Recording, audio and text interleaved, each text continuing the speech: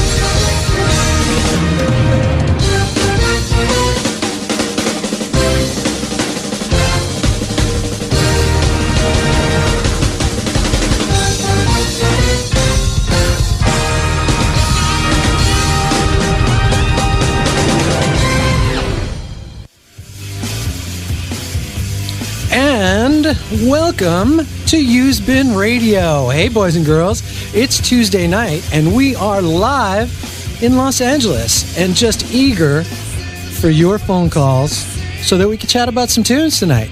Give us a call. We are at 310-840-4438, or drop us an email at usedbinradio@usebin.com. We're going to talk about tunes tonight, and we want to hear what you have to say. I am one of your hosts. I am Joe Mama. To my right, this dashing young man, Mr. Brad Hirsch. How are you, partner? Dude, I am loving the Hockey Night in Canada theme with Neil Peart. That was pretty good. That was pretty fun. I want to thank you for taking me to the Great White North just now. Pretty good, right? Hey, $10 is $10. Hey, $10 is $10. If you watch the YouTube video of that, the kit that he's playing, that they made especially for that, is just epic. Yeah. It's a huge, huge kit. You know what was really enlightening about that for me is that guy could play. Yeah, he's got a future. He's going to make it in this business. He's going to be all right.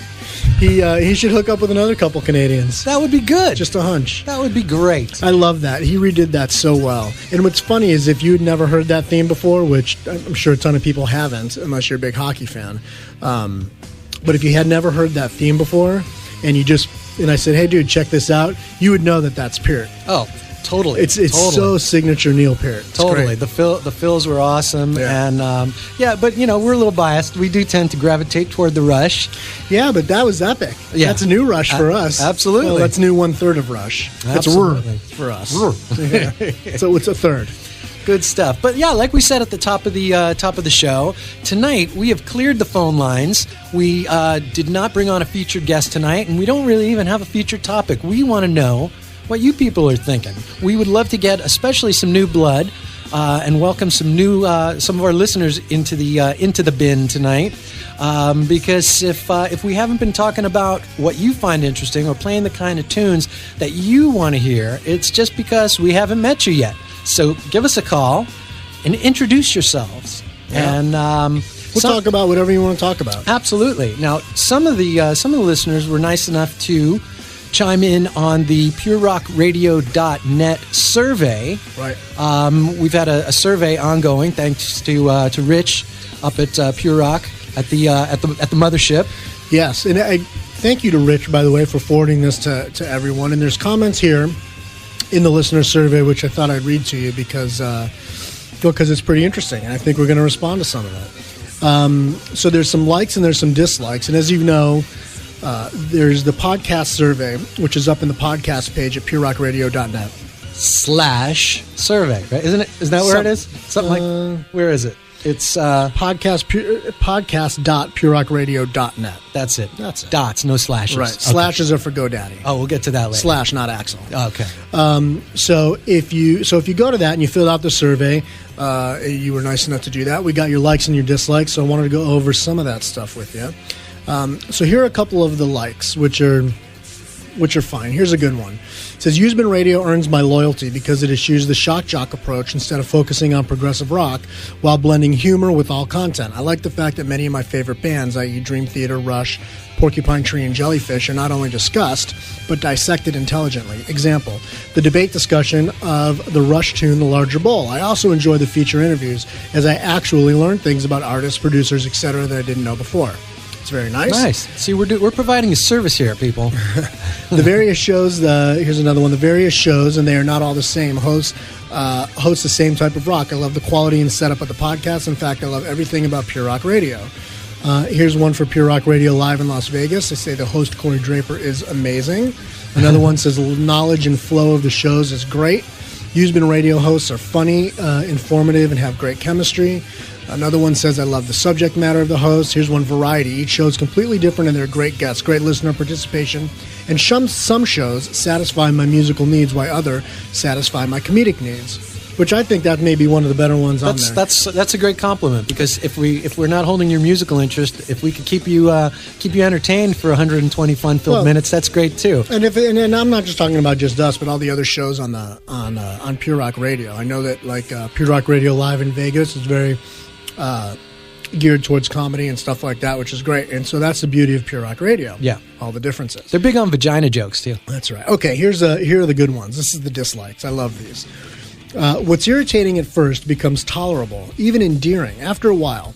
For example, the tendency to burn out phrases of reoccurring themes, i.e. Joe's Brad Mother jokes, a discovery, if you will, or a coven, might irritate. Stop with your coven. That might irritate some listeners, and I can understand why. But for me, there's mostly no problem. If this survey covers more Pure Rock Radio content than Used-Been Radio, then let me give high props to Radioactive Metal, which I also download on my iPod as an iTunes subscriber. Here's another good one. Too much progressive rock on Used-Been Radio show. Fair enough. And this is maybe one of my favorites. Used-Been Radio is great. Both hosts are intelligent and know their way around the industry. I'm not a prog rock fan, and they feature a lot of it, but everything else is great and very interesting. Maybe play a little less prog or even it up a bit. Radioactive Metal is very similar to Used-Been and also great. It's similar in the discussions about music and are intelligent and well thought out, but the music styles are obviously very different since Radioactive Metal is more metal and Used-Been is more prog rock. I like when Snowy from Radioactive Metal calls Used-Been, and the fact that Brad and Joe welcome Snowy's calls, and the three of them can discuss things very well. It ties all the podcasts together nicely. Overall, all three shows are great, and I hope to add more shows soon. I just thought we should discuss that one. I like when Snowy calls too, because it does make for good discussion. That's right. So, hey, Snowy, right? Little shout out to Snowy. So we're a little prog heavy. We are a little prog heavy, right. But that's what we're into. Well, here's another good one. Used-Been Radio hosts say cute too much. They should play more Angel and Renaissance music. Well, I have a hard time arguing with that. Well, if you're on your 88th reunion tour. Yeah, absolutely. But the guy who said that we have a tendency to run our jokes into the ground, I kind of have to admit I do it intentionally, just because I kind of find it fun. And if that guy, whoever wrote that, is listening, I would say, it's just I just haven't met you yet. And when I do, we'll see eye to eye on that. Well, see, I agree with them. Okay, so there you go. No, I don't necessarily. It is what we are. We are what we are. We have a tendency to find something that makes us laugh, right. And then we make each other laugh. And hopefully you're laughing with us. If you're not, you're not. But that's all part of the deal. I will say that for those of you that think we're prog heavy, this show originally was geared towards callers. And although we've had a lot of guests on lately and haven't quite had a chance to get to all those callers, when we don't get calls, Joe and I go to the old standard. Yeah. And if left to our devices, we're going to end up on a Rush conversation nine times out of 10. However, we're more than happy to talk about anything you want to talk about. I mean, we would talk about fucking Britney Spears, I guess, if somebody called and wanted to have that conversation. Dude, Joe and I are fairly open to anything. We've talked about Wendy and Carney ad nauseum, so that's obviously right. anything is right. Is within the realm of possibility here. And maybe we are a little prog heavy. I would totally admit that, and I'm comfortable with being a little prog heavy. I'm happy to go in any direction you guys want to go in. Joe and I have talked about this a little bit. It's that our show is really driven by the callers, but when we're not getting a ton of calls, and there's a ton of topics out there, then that's sort of what we go to. We go back to the old standard. Like I said, maybe maybe we are a little progressive heavy in that respect. But my background, personally, is much more of a metal background. I came from a more metal background and then went more into a prog world. And I come more from sort of a pop background, to be honest. Right. I love the cheese. I love the bubble gum. I love me some good hooks. And somehow we ended up in progressive rock. Somehow we ended up in progressive rock. And yet tonight, during the course of the evening, I'm sure we'll be touching on things that have nothing to do with prog. I'm sure we'll be talking about the Grammys, because you and I will be at the awards ceremony on Sunday. Right. Looking forward to that. I'm sure we'll be talking a little bit about Haitian Relief and some of those performances. I would love to hear anybody's comments if you were watching the telethon. What was that, Friday night? I think it was Friday night. Give us a call. Let us know what you thought of those performances. Part of me hopes you guys were all busy doing something else and you TiVoed it. I hope you guys didn't sit home and watch telethons. Not a big telethon guy myself, but I did take in some of it. We'll talk about that a little later. And of course, we'll also be talking about the music news in a little while with Rachel. But most importantly, we would love to get your phone calls, because if we haven't heard from you yet, we want to tonight. Right. Some new blood. And if we haven't made it clear, this show is listener driven. It's caller driven, and whatever you want to talk about, we'll talk about. And we are live in Los Angeles. Here's one more thing too I wanted to hit on, which was there's a couple comments here. Oh, here's a good one. Used-been radio hosts say this is from the survey? Much. Yeah. Okay. Used-been radio hosts say cute too much. That's cute. That's funny. Two comments here. One says it comes on live too late, and how late the show comes on, especially on Tuesday. So I'm assuming that's Pure Rock Radio live in Vegas. And if we haven't made it clear, I'm going to make it clear now, which is that we simply the studio that we broadcast out of, we have a 2-hour block, and this is our block. So there's nothing we can do about that, unfortunately, until we find another studio. Then maybe we can talk about rearranging our hours. But in the meantime, it's nothing personal, and I feel bad for the Pure Rock Radio in Vegas guys, because I know their show is on every night at the same time except for our night. Unfortunately, there's nothing we can do about it now, and until we can, it's just the way it is. Yeah. So from in this regular time slot, we hope you stick with us, join the conversation, join us, because and do more surveys. And do more. Yeah, we love the comments. We love the comments. It helps us figure out if we're going to play more live versions of Hemispheres or 25-minute versions of Supper's Ready, from bootlegs or whatever. And it totally helps us figure out what we're going to do and where you want to go, because this is an interactive radio program, and we want your participation. Hey, Mama. Sir. What have you been listening to this week? A very good question, sir. A very good question. First of all, I want to tell you that I was doing a lot of, as I tend to, I was doing a lot of listening in the car. This was a big driving week, and especially a big driving weekend. It just seemed like I was spending a lot of time in the car listening to a lot of cool tunes. And I had to admit to my wife the other night that I am having an affair. I am having a love affair with the city of Los Angeles. I really am. And as cheesy as that sounds, I've just really been enjoying the hell out of this city. That is cheesy. It is a little cheesy, because in the last couple of days, I've sat on a beach and soaked up sun. I have some friends who are here in Los Angeles up on a mountain in 4 feet of snow. I've been looking at the lights downtown where they're setting up all the stuff for the Grammys. I was up in Hollywood the other night where, every other street corner they're filming a movie, and there's people just walking around and having a great time, and it's all smiles and it's all electric, and it's just a great place to be, and I just really love this city. And I especially enjoyed the last couple of days driving around and listening to tunes while I was soaking up the sights. And some of the stuff that I've been listening to... Were you just out randomly driving? Strange as that sounds, I kind of was. You had nowhere to go. No, I had places to be, but I was finding excuses, more and more excuses to be in the car. Like the other night, one night last week, we were craving Mexican food, okay? And so I decided, all right, I'll go pick us up some burritos. Well, I didn't have to pick them up from Taco Lita. That was 90 minutes away. But you would have done that anyway. But it was a great excuse for me to drive for 3 hours. That's your Mexican restaurant. But it's not even a restaurant. But it was a great excuse for driving. Just stuff like that. I've been finding excuses to be driving around. Okay. And during my travels, I've been listening to a few things. I've been listening to... what are we listening to, by the way? What is this right here? Stone Temple Pilots. It's got a nice groove. Okay, so I've been listening to the new Wild Hearts CD a lot. Right. Really good, really heavy, great production. I played one of the tunes on the show last week. I remember I was here. Really good stuff. I was at that show. You were at that show. Yeah. I was listening. I have to come clean on something else I've been listening to the last few days that is a band that I've never really known much about and was, on principle, I think I was anti this band. And then I saw a video and I had to give them a second chance, and I picked up their greatest hits, and I've been kind of driving around listening to Fall Out Boy. Oh, okay.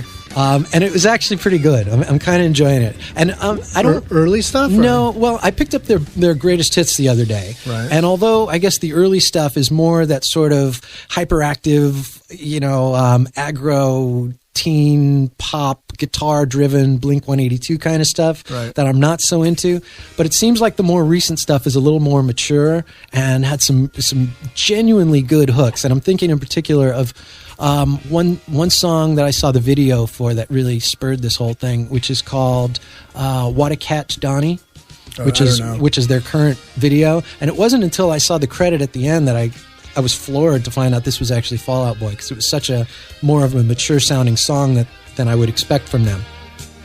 So I've been listening to some Fall Out Boy and kind of digging it. Okay.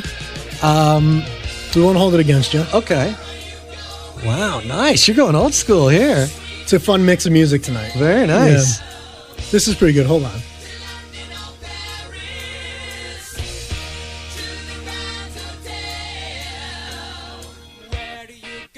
Come on.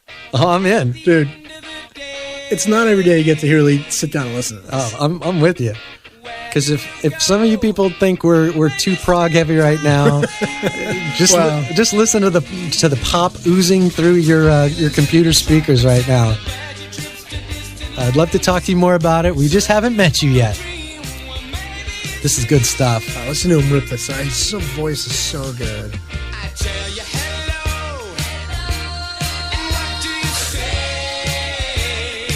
It was just like the late 70s, right? It was just like the second record. Yeah, Styx 2. Is it Styx 2? Styx 2.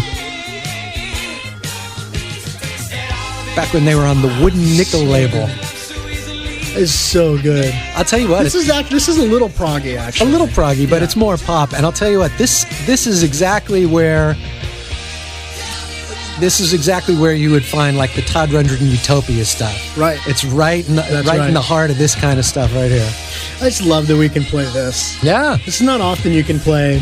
You can open a show with Neil Peart's Hockey Night in Canada theme, right into a little Soundgarden, into Stone Temple Pilots, into Styx. Well, I'll tell you what, a good night. During the course of the night, I think, I have a couple of tunes planned, but you're going to see all sides of the spectrum here.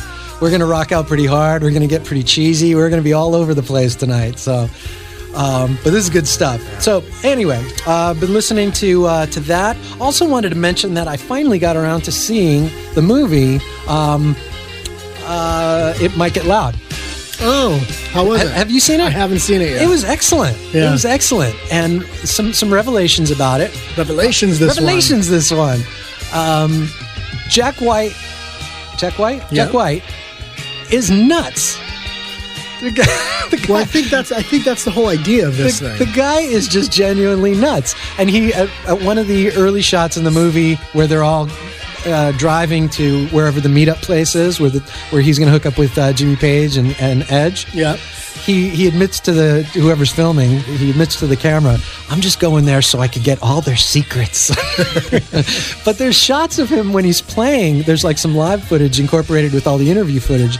And there's scenes of him playing, and he's playing so hard with no pick. And his hands are literally just gushing blood. I love that. Just dripping, gushing blood all over a white Stratocaster. And I'm like, oh my God.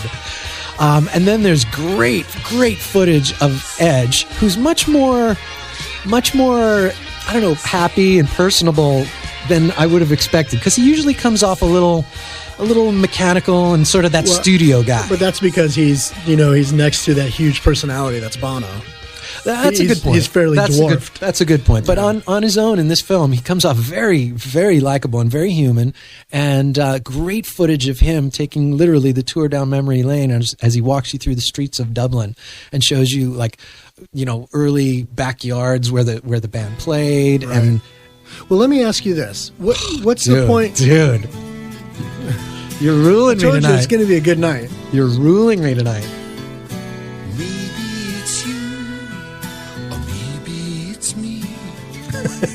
Just tell everyone what we're listening to, Mama. You're having a moment. Yeah, that's Fish. This is post Marillion Fish. Change of heart. What's the point of the movie? Is it just the three guys to play together? The point of the movie is three guys who have been pioneers in marking out new territory in the guitar, in playing the guitar, and sort of a meeting of the minds, and a little bit of background on each one. So obviously with Jimmy Page, they have archival footage of Zeppelin. Right. In fact, they have some footage in there of him in like the high school talent show where he introduces himself as James Page, and he's this short-haired kid with the crew cut, just rocking out on a guitar. And then there's vintage footage of U2, Edge and U2 back in early Dublin days. Their history is pretty well documented. Both those guys. Although all the footage they show of U2, early days U2, it predates Boy, and it's footage I've never seen. Okay. In fact, some of the Zeppelin footage, of course, they have the requisite shots from Song Remains the Same, and some of the BBC footage that we've seen, but there was some weird stuff there too. But here was the thing that I loved the most about this. Of course. Oh, I'm with you. Here's the thing that I love. You get background on each of the three guys, you get discussion with three of them in the room, and you get scenes of them kind of jamming together and also individually playing and showing some of their techniques. Right. And of course, Jimmy is like the elder bluesman, Edge is the guy who shows all of the technology of what it can do, and Jack is more the avant-garde guy who's trying new and wacky things. He's the newest innovator. Yeah. And so here's the thing. At one point, Jack is playing like some raconteurs thing, and Edge and Jimmy are studying him, and they're nodding their head and they're smiling, and they're genuinely into what he's doing, and it's cool. And then Edge is doing his thing, and the guys are rocking out. At one point, they're all jamming on. I think it's like With or Without You, or Where the Streets Have No Name, or something. Really good. And then Jimmy breaks out into the riff of Whole Lotta Love, and it's just smiles around the room like, wow, we've just taken this to a whole new level. We're watching Jimmy Page play. That's cute. And it's nice. Jack and Edge become fanboys at that point. Right. So it's very fun. My always, and I've talked about it before, just my always, the thing I was curious most about it is why Jack White? And he seems to me to be such an oddball. However, I'm thinking about it now, and I'm wondering who I would replace Jack White with, and I don't know the answer to that. So obviously, maybe he's the right guy. The thing with Jack White is he's just so not want to say overexposed, but I mean the guy he has fingers in so many different pies that after a while, I'm not interested. You know what? A lot of people do now, and maybe that's the direction of the music business. But even somebody like Dave Grohl, he's all over the place now, and I think there's a lot of people that are starting to spread themselves out. Jack White's in 5 bands. Well, so is like Portnoy and some of our guys. But Portnoy let's not get too prog heavy now. No. Portnoy's really in 2 bands. Well, yeah. I mean, arguably, he's in. He does a few shows here and there with his Liquid Tension, but that's an every 10-year deal. Yeah, no, that's Transatlantic and Dream Theater. That's fair. Jack White, though, I mean, he's got He's got Little Trouble. Nice. Dead Weather, the Racketeers, the White Stripes. I don't even know if they're still around anymore. I don't know. And he's in one more band, I think, after that. And those are all real live bands, like working bands, touring, making records. Which, I mean, I guess it's great. I just don't love all of it. Which maybe I'm not supposed to like all of it, and that's fine too. Yeah, maybe because Dead Weather's nothing like the White Stripes. Maybe there is somebody else that that fits the bill of that third slot, but maybe we just haven't met him yet. Well, my guess is that the Edge and Jimmy Page had to have sort of given the nod. Yeah, to Jack White being the third dude. Yeah, I'm sure. And so that's nice. All right, well, I'm going to check it out. I have to check that out. Totally unrelated to anything, but I was talking to my brother Steve the other day. We were talking about tribute bands, and he went to see that there's a local tribute band to Pink Floyd here in Los Angeles called Which One's Pink. Actually, I'm not even sure they're local. I think they kind of tour, maybe they're even national now, I'm not sure. Anyway, he went to see them, and there's a new member in the band, because if you've ever seen these guys before, they make no attempt to try to look like Pink Floyd, right? But they just nail the music, unlike some tribute bands that really get carried away with the staging and the costumes or whatever. These guys just play the music, but they have a new addition to their lineup. In addition to the keyboard players and guitarists and everything else, they have one guy whose sole responsibility is to walk on stage, walk up to a microphone, and say all those little, like, Bob Ezrin parts that are buried deep in the mix. Oh, that's funny. Yeah, so this guy will walk out and he'll be like, one of these days I'm going to cut you into little pieces, or careful with that axe, Eugene, or I'm mad, I've always been mad. I just thought it's funny that's this guy's job. That's funny. Yeah. Speaking of Pink Floyd tribute bands, isn't the Australian Pink Floyd shows back in town? Yeah, I think aren't they doing the week. Wall? I think it's next week. Are they doing the Wall with, like, full production? That I don't know. I really want to go to that show, though. All right, maybe we'll do that. Yeah, that's I think the end of the month. Oh, no, it's next week. Of course, we would probably have to log on to Ticketmaster in order to procure tickets to that event. And that's another topic we would like to hear your take on.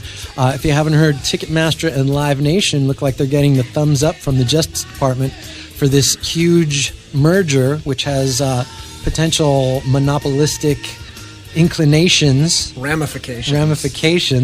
Well, it could get ugly. But here's the thing: I think that from what I understand of this deal, and I don't understand a lot of it, but the basics of what I understand is Ticketmaster is going to be no more. Maybe as of tomorrow, like, it'll be gone. Right. It's a new company, and Ticketmaster is, I think I read 70% of the ticketing world is run by Ticketmaster.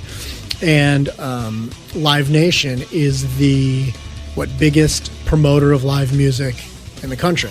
And so two of the big giants teaming up. And I don't know what that really means for us. I don't know what it means for the artist. I'm not sure what the trickle-down effect is really going to be, except that the only thing I can think of is that it seems like one company with all the power. They've got all the control now. They pull all the strings. Yeah. So they're going to control the price, the ticket price, where you see your show, right? The whole deal. We'll get into this more, and we would love to hear your take on it also.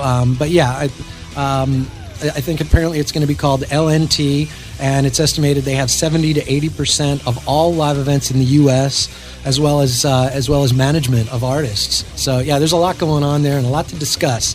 So here's what I have here. It says the new Live Nation Entertainment, which will begin merging its operations as early as Wednesday, will own a huge chunk of the business. Ticketmaster's frontline management company represents the Eagles, Jimmy Buffett, Christina Aguilera, and many other artists, while Live Nation's exclusive clients include Madonna and Jay-Z.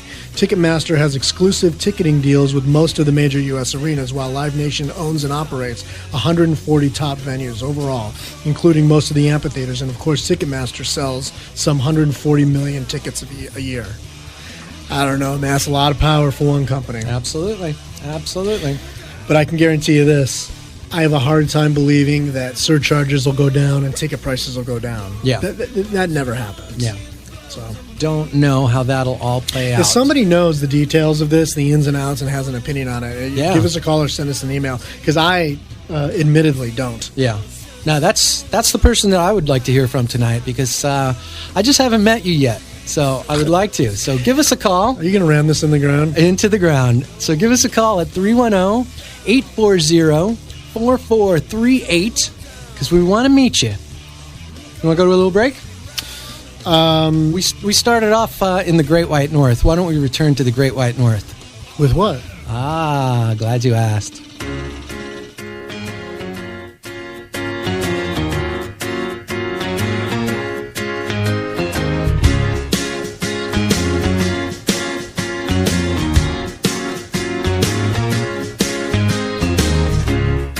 I'm not surprised, not everything lasts. I've broken my heart so many times I stopped keeping track. Talk myself in, I talk myself out. I get all worked up, then I let myself down. I tried so very hard not to lose it. I came up with a million excuses. I thought thought of every possibility. And I know someday that it'll all turn out. You'll make me work so we can work to work it out. And I promise you, kid, that I'll give so much more than I get. I just haven't met you yet.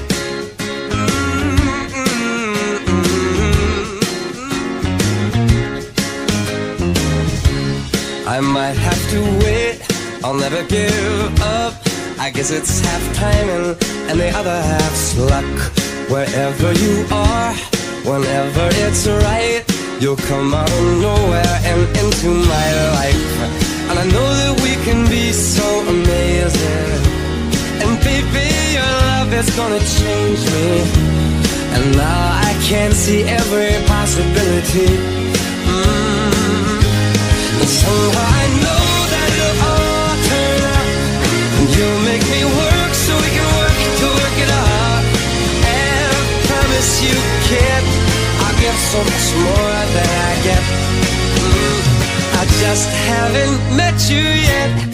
They say all's fair in love and war, but I won't need to fight it. We'll get it right, we'll be united.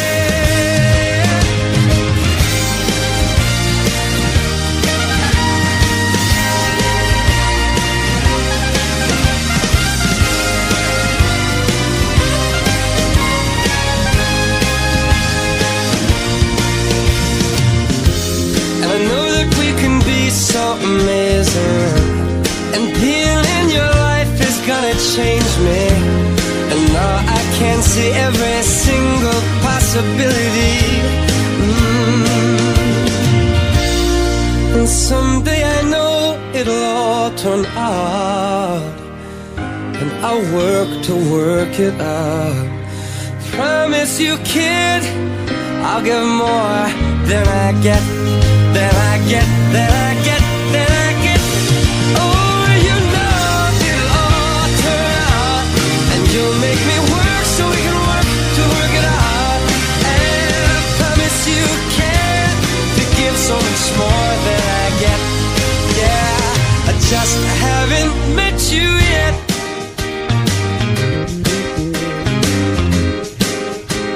I just haven't met you yet. Oh, I promise you can to give so much more than I get.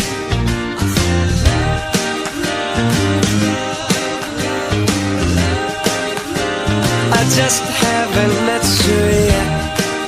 So birthday, yeah. I just haven't met you yet.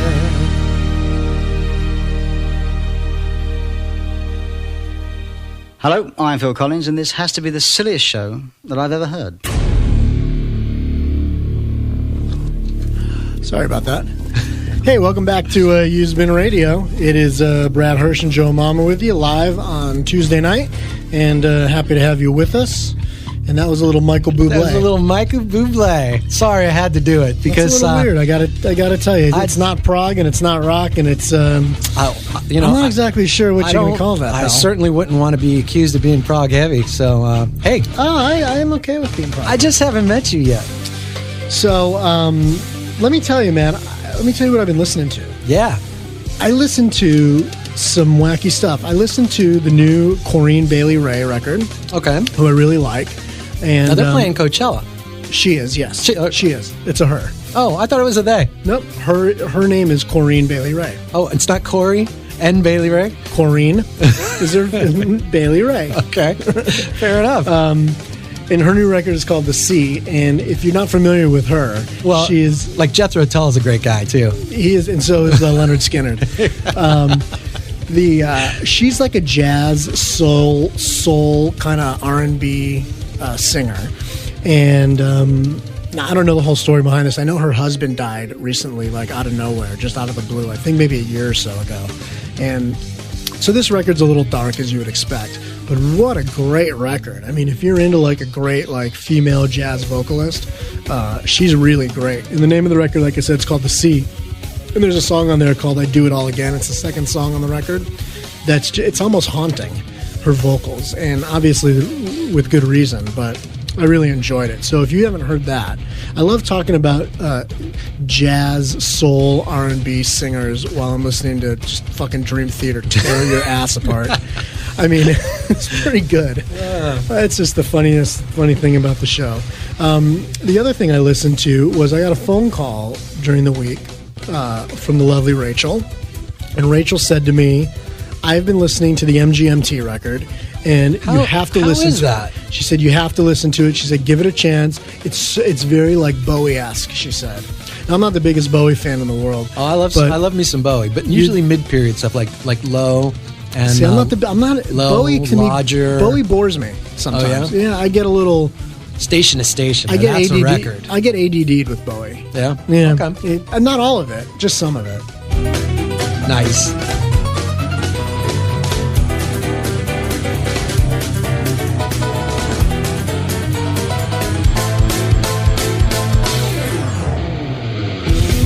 And if I remember correctly, he's also available for bar mitzvahs. That's right.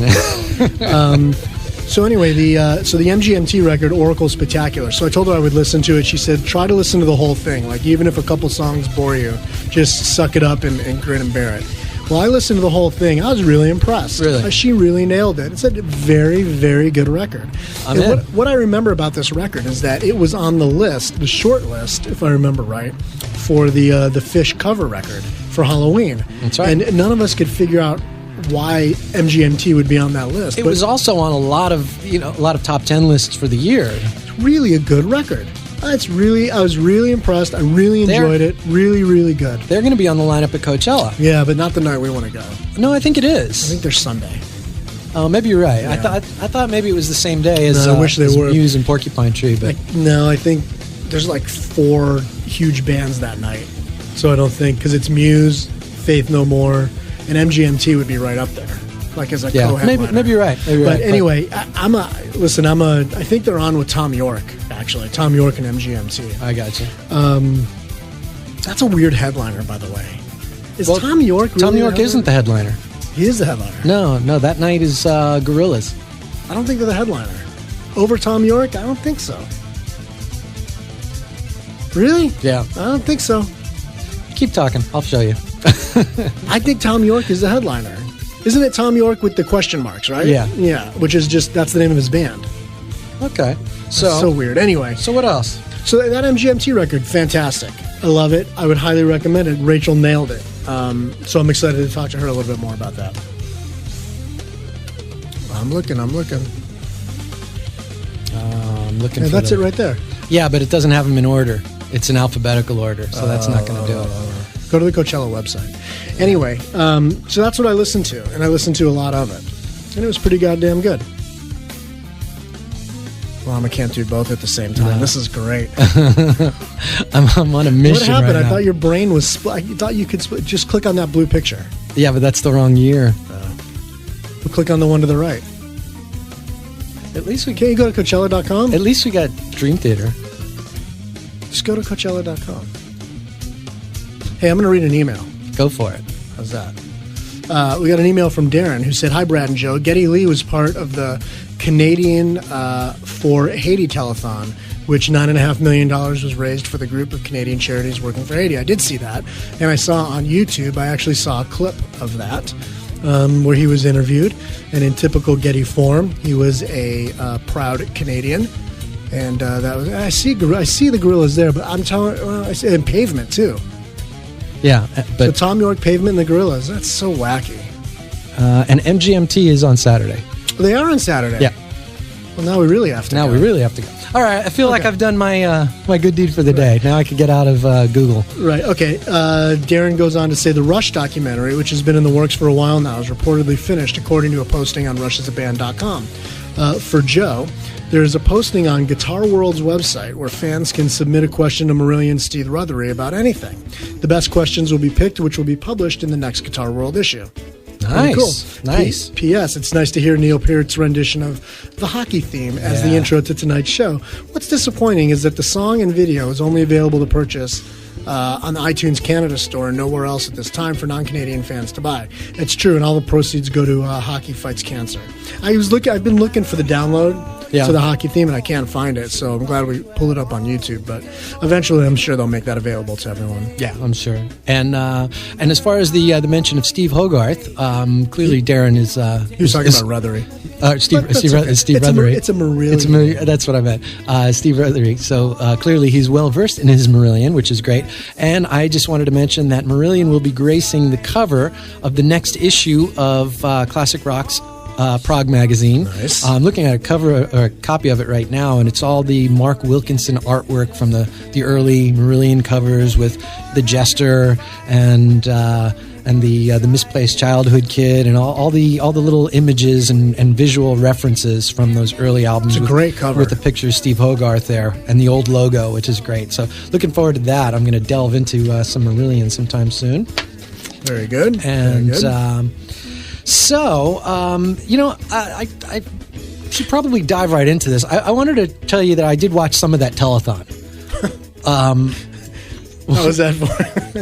What? You thought I was going somewhere else? No. It's just weird. Telethons are weird. Yeah, it is. And the whole idea of it, I mean, I know the idea is nice, but just telethons in general, to me, are just weird. Yeah, I'm with you. And the idea of me sitting home on Friday night and watching a telethon is pretty off the wall. That's not my deal.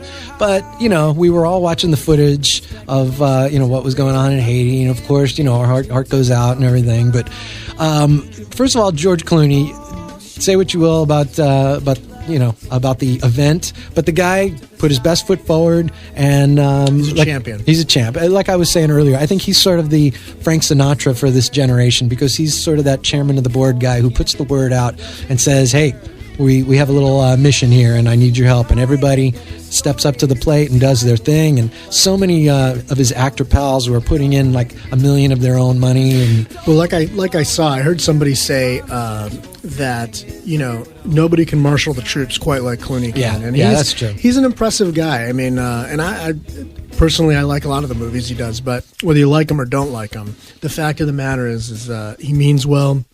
I think he's extremely genuine and legit.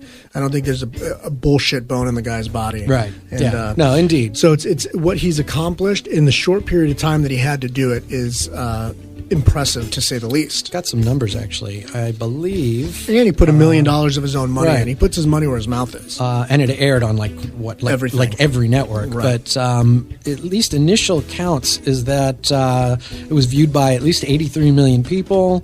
$58 million or something. 24 million viewers in the U.S. alone, and $58 million is the total they're looking at so far, with more money coming in. And there was a little controversy that I was reading about, which will probably make the rumor mill and the gossip mill over the next few days, if it hasn't already. That Madonna was lip syncing, and I don't really care personally. It's everybody showed up, they did their thing. It sounded like there might have been some vocal accompaniment on her tracks, but there was some live vocals going on as well. In the end, everybody showed up, they did their part, and that's fine. And some of the performances were really, really awful. Let me just about Madonna. Yeah, I'm with you. Who cares? Yeah, who cares? Like it's a telethon, it's for charity. You show up, you do your thing. But here's the thing with telethons again is when people play, like they're not playing to anybody. Like right. You have to realize it's not like there's a studio audience there. Right. There's not 10 fucking people there. It's just camera guys. That's the only people that are there. And they don't clap in an empty studio. They don't clap. They're totally unappreciative. In an empty soundstage. I mean, I give them all credit for doing it. However, like I said, I could sort of care less, and maybe I'm just a bad guy and I'm going to hell. But as far as the Haitian relief effort, I haven't quite gotten swept up in the let's save Haiti kind of deal. So well, I'll say we watched. That's why I wasn't so interested. I'll say we watched some of the performances, and we watched it for a while, and we weren't really swept up in the need to get on the phone and be a part of the movement. That is up until Rob Pattinson came on the screen. And all of the girls from their coven, including my wife, got on the phone and had to donate some they some donated cash. when he came on the screen, they donated? Yeah, there was a big spike in donations when Rob Pattinson came on the screen. You know what I would like to donate? What? I'd like to donate to Rob Pattinson a personality. Is that wrong? I don't know. Because the guy needs to fucking get one. It's about as boring as the day is long. Stop with your coven. Just saying. So, but, some of the performances were just awful. I mean, did you see Neil Young with Dave Matthews? Luckily, Dave Matthews was there to salvage the moment because Neil Young was just awful. He looks awful. He looks awful. He looks like an terrible. old man who's got no business out on playing music anymore. He really looks like he's been beat to shit. Yeah. And I don't know why.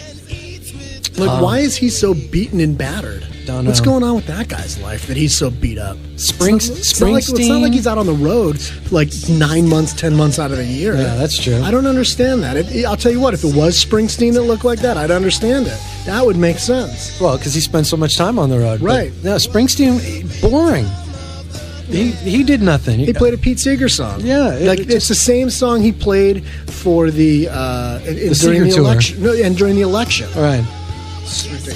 I will say that although I'm not a fan, I had to give thumbs up and say that whether you like her or not, and I'm not a fan, like I said, Christina Aguilera, she could deliver a tune. She can sing. She could sing. She's a good singer. Yeah, she can deliver a tune. So she's a good singer. Gotta give her props for that. Christina Aguilera is one of those people that you don't have to like her, but the one thing that's sort of just understood.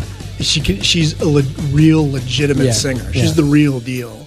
So, I don't know. Like I said, I don't know. Could we take some of that money and help us out over here? Yeah. How about helping America out, pal? Hello. Remember us? There were a couple of interesting emails also that I figured I would just mention with regard to the Madonna lip syncing controversy, if you want to call it that, from some unlikely sources. This is Tommy Shaw of Styx. He said, "Well, clarify what you're reading." Well, this is from the Bob Lefsetz email, right? And which is an email that has been going on for a long time. It's an industry blog, and he's got tons and tons of people that subscribe to his emails. He sends out sometimes 3 and 4 a day, but a lot of them, the guy's obviously very clued in, and he talks a lot about industry issues and whatnot. And one of his favorite topics is always, if people are lip syncing or if they're auto tuning live or can they pull it off and this and that and the other thing. He talks a lot about the demise of the industry and what'll help to revitalize the industry and such not. So, and the thing with Lefsetz, which I think is pretty wacky, is that a lot of the times when I get some of these emails about, I don't know, the best one I thought was that guy Phoenix, where they claim that he couldn't sing. And the fucking outrage is outstanding. And he gets some heavyweights that chime in on this thing. So he's a really well-respected guy, but I'm not sure how much of the mainstream reads this email. Yeah, and you don't have to. It's just it's just good fodder.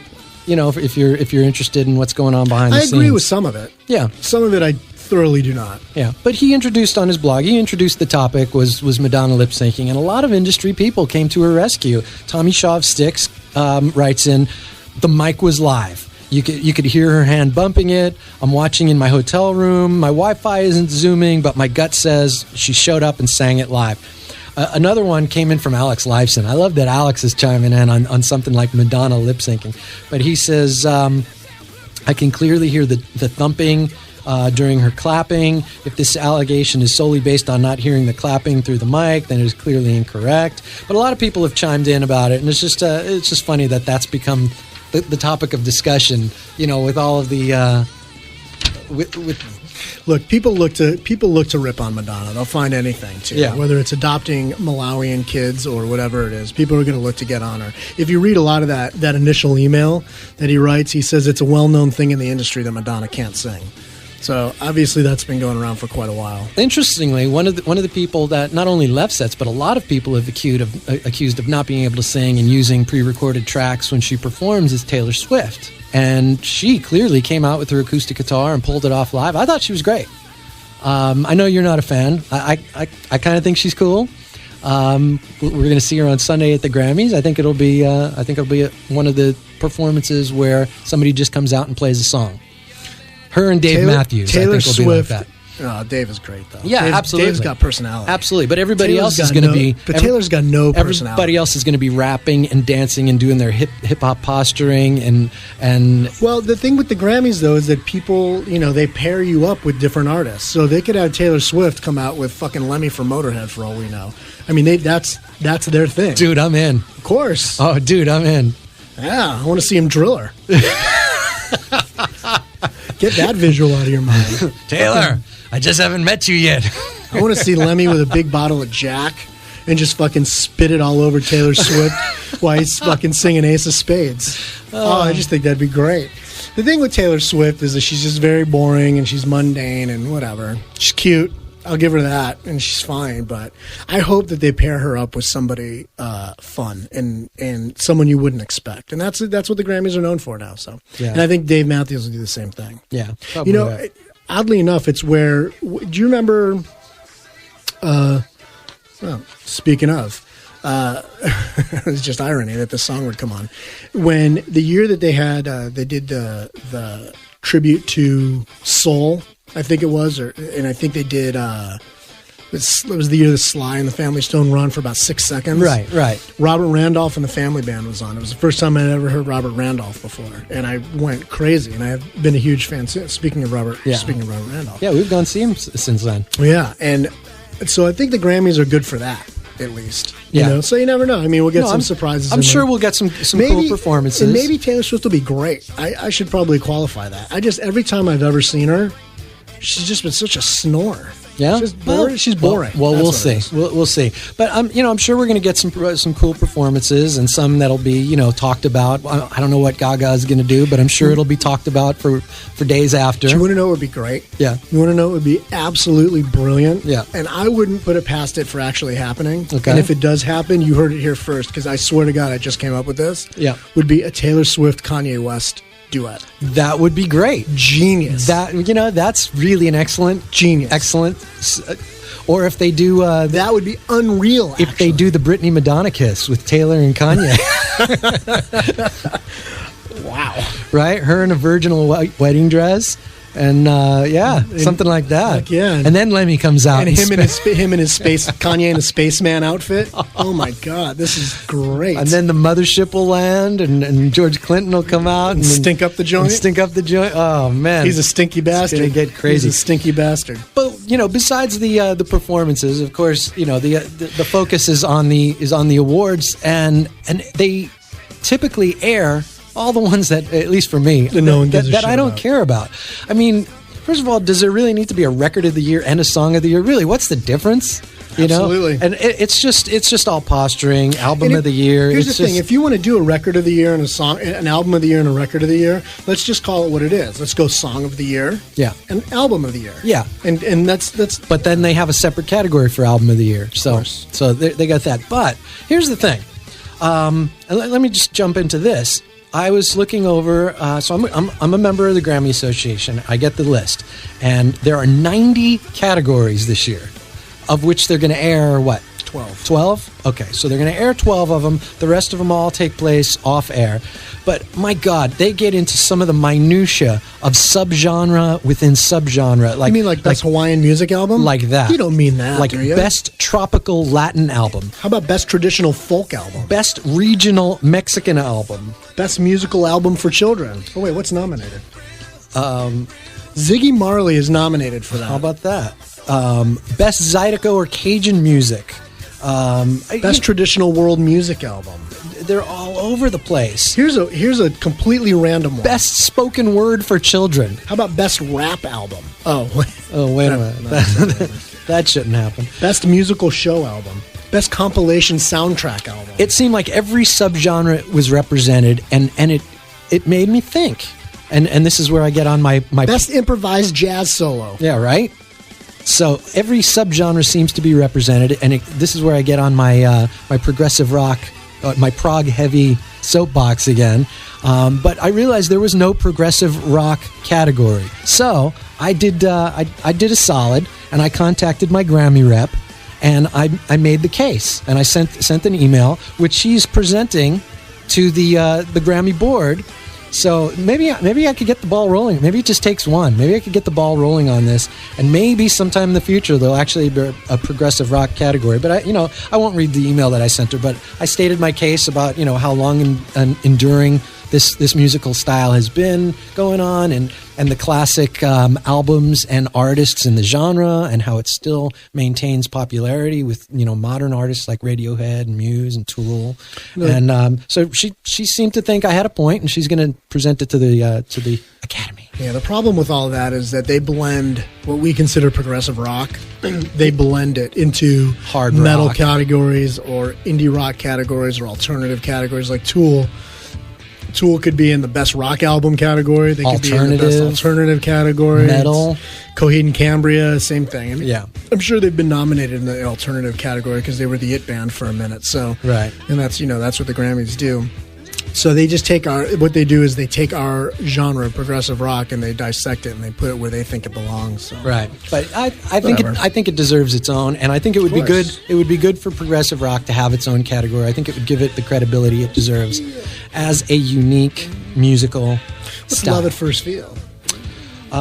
Speaking of AC/DC, that they're going to be putting out the Iron Man 2 soundtrack. Is that stupid? Did you hear about this? That's stupid. I'm used to AC/DC or one of these classic rock bands having like that one big song on a movie soundtrack. The whole Iron Man 2 soundtrack is going to be AC/DC. Well, there's a word for that. It's called the Greatest Hits album. It's absolutely what it is. Who cares? Who cares? Go buy the AC/DC Greatest Hits album if you want that. Yeah, it comes out.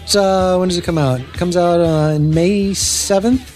And it's got Shoot to Thrill, Rock and Roll Damnation, Guns for Hire, Back in Black, Thunderstruck, If You Want Blood, TNT, Hell Ain't a Bad Place to Be, Have a Drink on Me, Let There Be Rock, Highway to Hell. Yeah, it's pretty much greatest hits, and they're calling it the Iron Man 2 soundtrack. Who cares? Yeah. But back to the Grammys. We're not going to go through all 90 categories, but there were a couple that I wanted to mention and see what you thought of these categories and who might have a shot. First of all, I'm very upset that the best rock vocal performance. I mean, we're talking about rock, okay?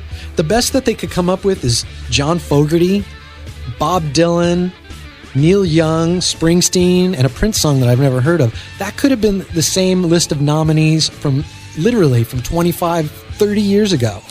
Again, I think that a lot of these guys are so out of touch. This is what I don't like about the Grammys. I don't think that they're relevant. Yeah. I really don't. I think they're relevant in their main categories, maybe their record of the year and album of the year. Although last year, Herbie Hancock won with the Joni Mitchell cover record. Which is just bizarre. Yeah, which I kind of like just for the reverence of it all, but I just don't think that they're very in touch, and I never have thought so. I think that everything is safe. Yeah. I think that usually the safe, it's 5 safe nominees, and the safest one usually wins. Yeah, and I'm just not a fan of that. So when that's the best rock vocal performance. Yeah. I mean, really, that's the best you can come up with. See, then you get unbelievable. Then you get it's unconscionable. Actually, it is. It's not.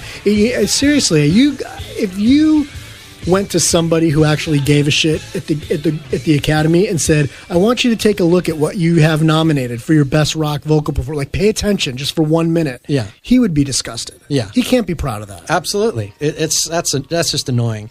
And then you get to like best hard rock performance. Okay. And at least there's some legitimate bands on here, but again, it's relatively safe in the grand scheme of things. You got your AC/DC, very safe. Linkin Park, very safe these days.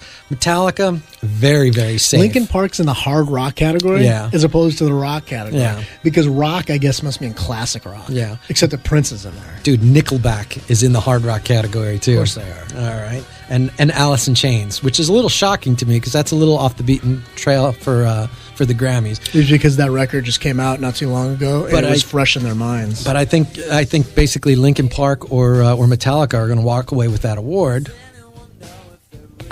I mean, because it's so safe. Look, man, if a tree falls in the forest and no one's there to hear it, Gene Simmons gets a check. Seriously, I mean, like, who cares? I hate to say it. It just bothers me. Yeah. No, I'm with you. It's frustrating. I'm with you. But here's the one that I found most interesting. The fact that there is a best metal performance category.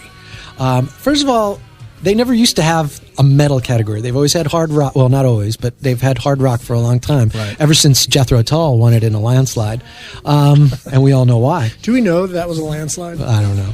But and besides, that's a Fleetwood Mac song. yeah, how about that? But the fact that there is a metal category is a good sign.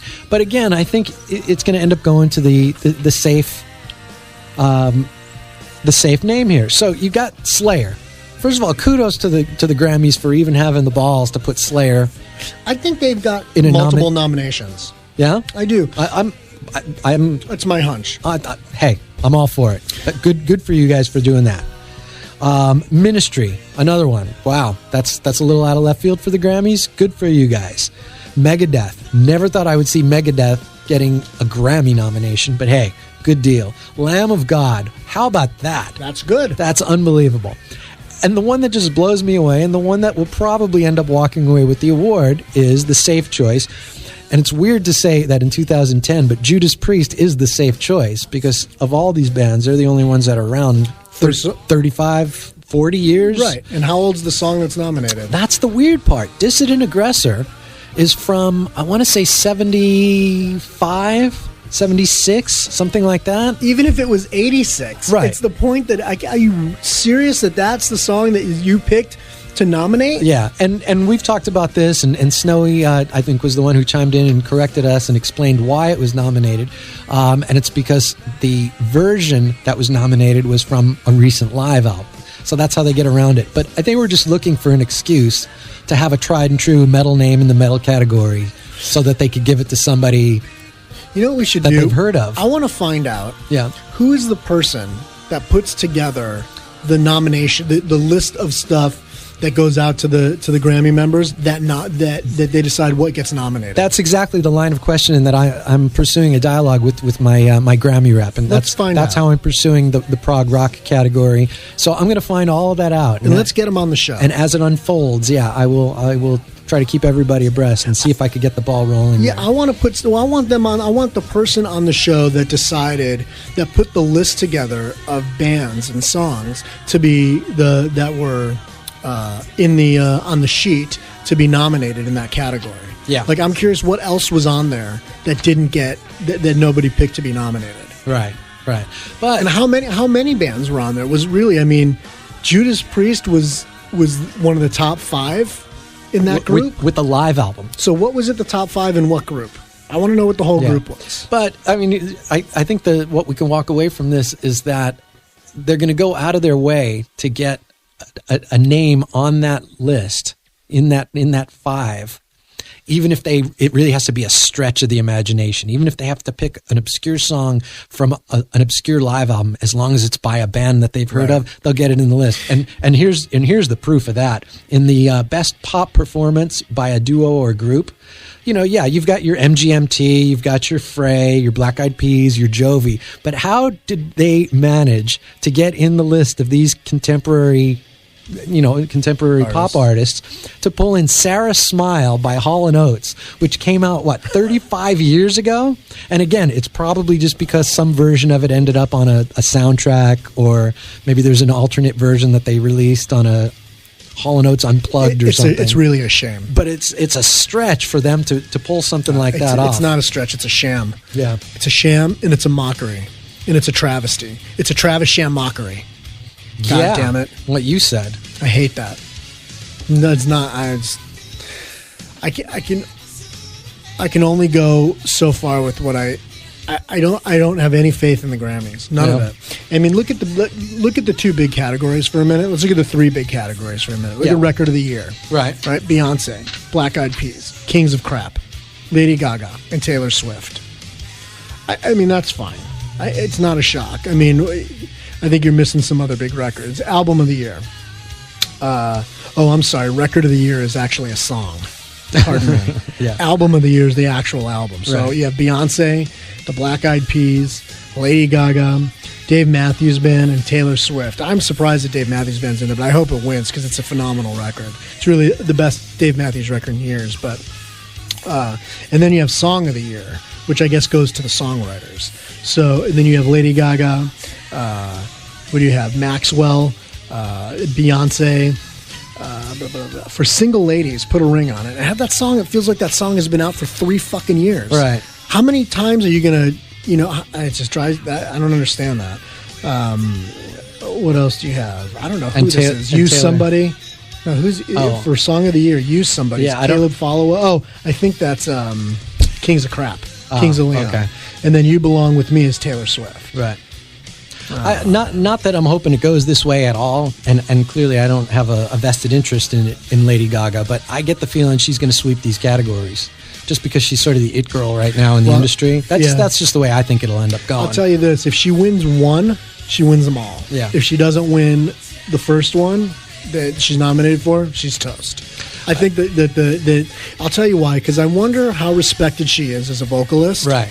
And as opposed to just being a shtick.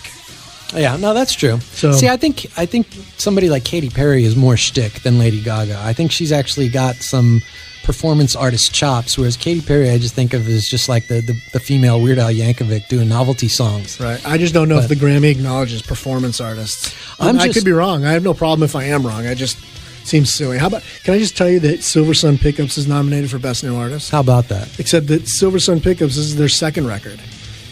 Don't you really have to have shouldn't it be? Yeah, it should be your debut record. Yeah. I'm just shocked that with things like 30-year-old songs, Ting-Tings with 30-year-old songs like Dissident Aggressor and Sarah Smile being nominated. I'm surprised that Michael Jackson somehow isn't up for Record of the Year, aren't you? That's a great point. You would have thought, Thriller, if there was if there was an edited version of Beat It this year, that's a great point. Could have been Record of the Year. How is nothing off of that This Is It soundtrack nominated? I don't know. Because it came out too late. Yeah. Actually, I did know that because it came out too late. Well, I'm just thankful. It's just, you're funny though. That's right. Yeah. I'm with you 100%. Look at some of this stuff. I mean, this is like Best Male Pop Vocal. John Legend, Maxwell, Jason Mraz. Are you fucking kidding? Seal and Stevie Wonder. Stevie Wonder have a new record? Oh, I think he does, actually. I think he did put out a new record this year. I don't know, man. I just feel like we live in an alternate universe sometimes. Like, how is it that all this other music, are we now in do we live in a world of subgenres? I guess, because bands that I love aren't even thought of in these circles. I don't understand that. It's a whole different world. But then again, so is, if you turn on, MTV or VH1 when they actually are playing videos, I don't know who any of these groups are anymore. They're not even pop bands or rock bands anymore. It's all some kind of dance related hip hop that has nothing to do with my life. I'm open to all kinds of styles and all kinds of music, but they're so one-sided and predictable on these stations. Now we're just griping again. That's okay. Right. I saw the Ting-Tings, this band, the Ting-Tings, which is nominated for Best New Artist. They were on. That's not my name. I think they were on Saturday Night Live. I think I saw them, and it was it two people? It was two people, and they had a bass drum that was off to the side. That the person, the lead singer person, I think it was a guy, or maybe it was a girl actually.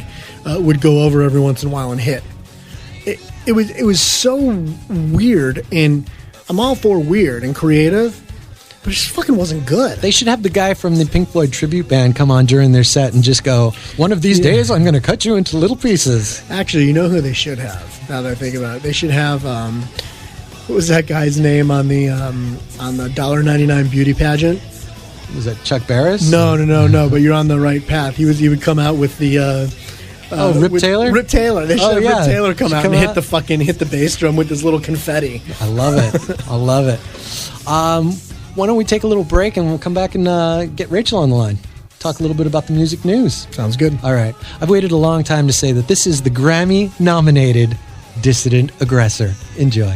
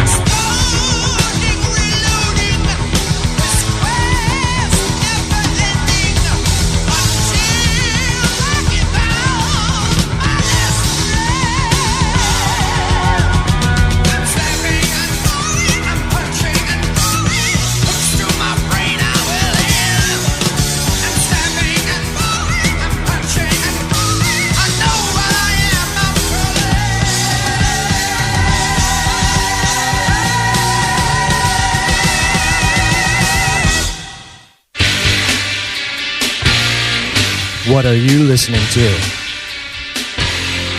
Used Bin Radio. That's nice. Extra, extra, pinball bonanza, Def Jam Blanket makes the big game. Saturday final, faces the champ. Extra, extra, pinball big time. And welcome back to Used Bin Radio. I think we're ready to talk a little bit about the music news, and to do that, we have to have our news correspondent, Rachel, and here she is. And Rachel, how are you? Hi, guys. How's it going? What's going on, Rach?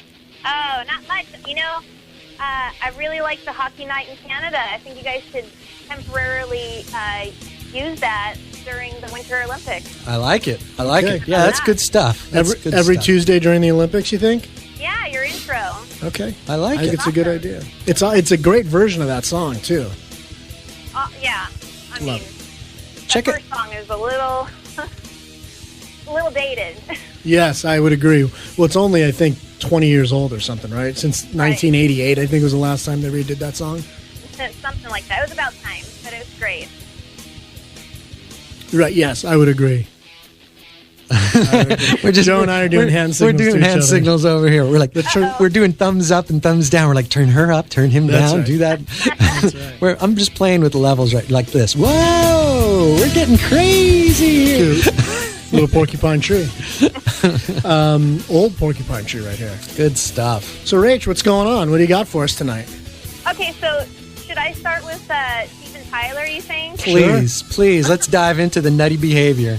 Okay, so Steven Tyler, he was shopping at Home Depot, and he randomly picked up the store microphone, and he gave an impromptu vocal performance for his fellow shoppers. For his fellow shoppers. Yeah, he started singing, "Dude Looks Like a Lady," "I Don't Want to Miss a Thing," and supposedly he started sucking on helium and was singing like Bee Gees style and was handing out autographs, so... Well, here's my question. What the fuck is Steven Tyler doing at Home Depot? Yeah, right? Like, what's he buying? What is Steven Tyler, like, shopping for, like, plumbing goods or power tools? What is that about? I was wondering the same thing. Right. I mean, does that mean that he's like, is he back off the wagon again, or? Well, here's the What? thing: is I know that it was in Palm Springs, California, and right by Rancho Mirage. And because I know the previous night he did karaoke at one of the karaoke clubs. Yeah, he showed up at a karaoke bar and did "Don't Want to Miss a Thing." Right now, Rancho Mirage is home to, besides wonderful golf courses, it is home to the Betty Ford Clinic. So my only assumption would be is that that's where he's been in rehab, and he just hasn't quite left the state yet. So I don't know if he's off the... It sounds to me like he's off the deep end. I don't know if he's drinking or using, but it sounds to me like he's a little nuts. Yeah, it sounds really sad. Yeah. And in addition to that, Aerosmith, they're already set to start auditioning for new singers. Yeah. Their mind's made up, and Yeah. they're already planning a tour for the summer with a different singer. So See, and I thought that was all just hype, and I thought that would never really actually come to fruition, but apparently it is. I got a statement actually from Joe Perry, who says that they're starting auditions, they're making calls, and hopefully they'll found a new singer by summer so that Aerosmith can go back out on the road. The rest of the band members want to make sure they're able to support their 40th anniversary tour also in 2011. Perry adds, it's kind of hard to get a straight answer from Steven. He's got leg surgery and foot surgery and all kinds of things going on. We don't know where he'll be in a year and a half. So, yeah, it looks like they're actually going to go down that road. Wow. It's pretty bad. It sounds to me like more and more I'm understanding a little more what's going on.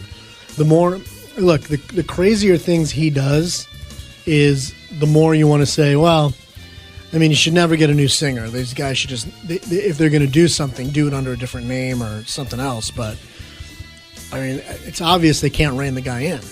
Something's going on with Tyler. There's something else going on. There's a lot deeper shit happening. I don't want to be an armchair psychologist, but something's going on. Maybe they got to do like a Sabbath thing by calling it Heaven and Hell, and maybe they tour as Toys in the Attic or something like that with a new singer, and then it's okay. Why don't they just make a record and call it something else? and tour the record. I mean, and then play a couple Aerosmith songs. Yeah. I'm surprised Dream On wasn't nominated for Record of the Year. No, Rocks. Yeah, there you go. Rocks was because it was reissued. Okay. Yeah, right before the Grammy deadline. Very nice. Crazy, crazy stuff. What else is going on in music news?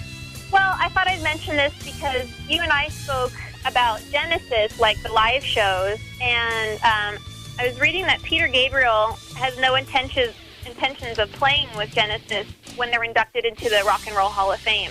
Yeah, it's for me personally, as a huge lifelong Genesis fan, it's a real bummer, and it's such a missed opportunity because, like we've talked about before, they haven't played together since '75 with Gabriel. Well, that's not actually true. They did a one-off. They did one reunion show in '82, and in the comment that I read from Gabriel, he actually references that '82 show, and he says, as far as I know, I am definitely not going to sing at the Rock and Roll Hall of Fame. I learned my lesson at the reunion we did in 1982 that you just can't get up there. You have to rehearse.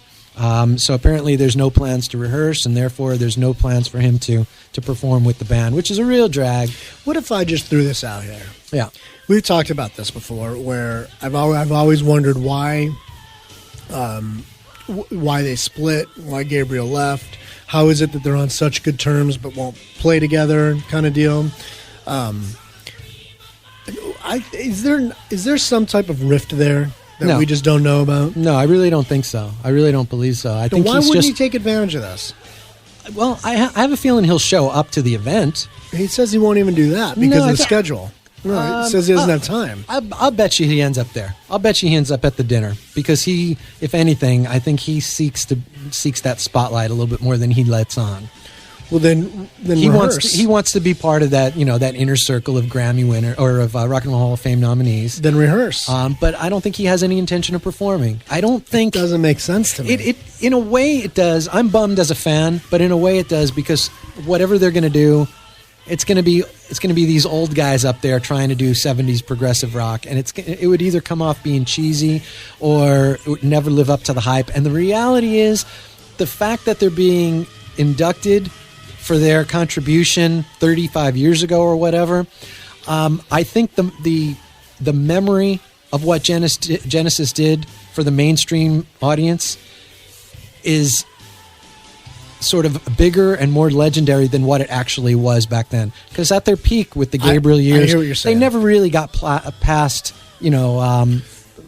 theaters. But let me just say selling this. a handful of records. It's just with retrospect that they've become legendary. All that may be. However, progressive rock is not a young man's sport. So you can be 98 years old and play progressive rock because it doesn't matter what you look like or how young you are or how pretty you are in progressive rock.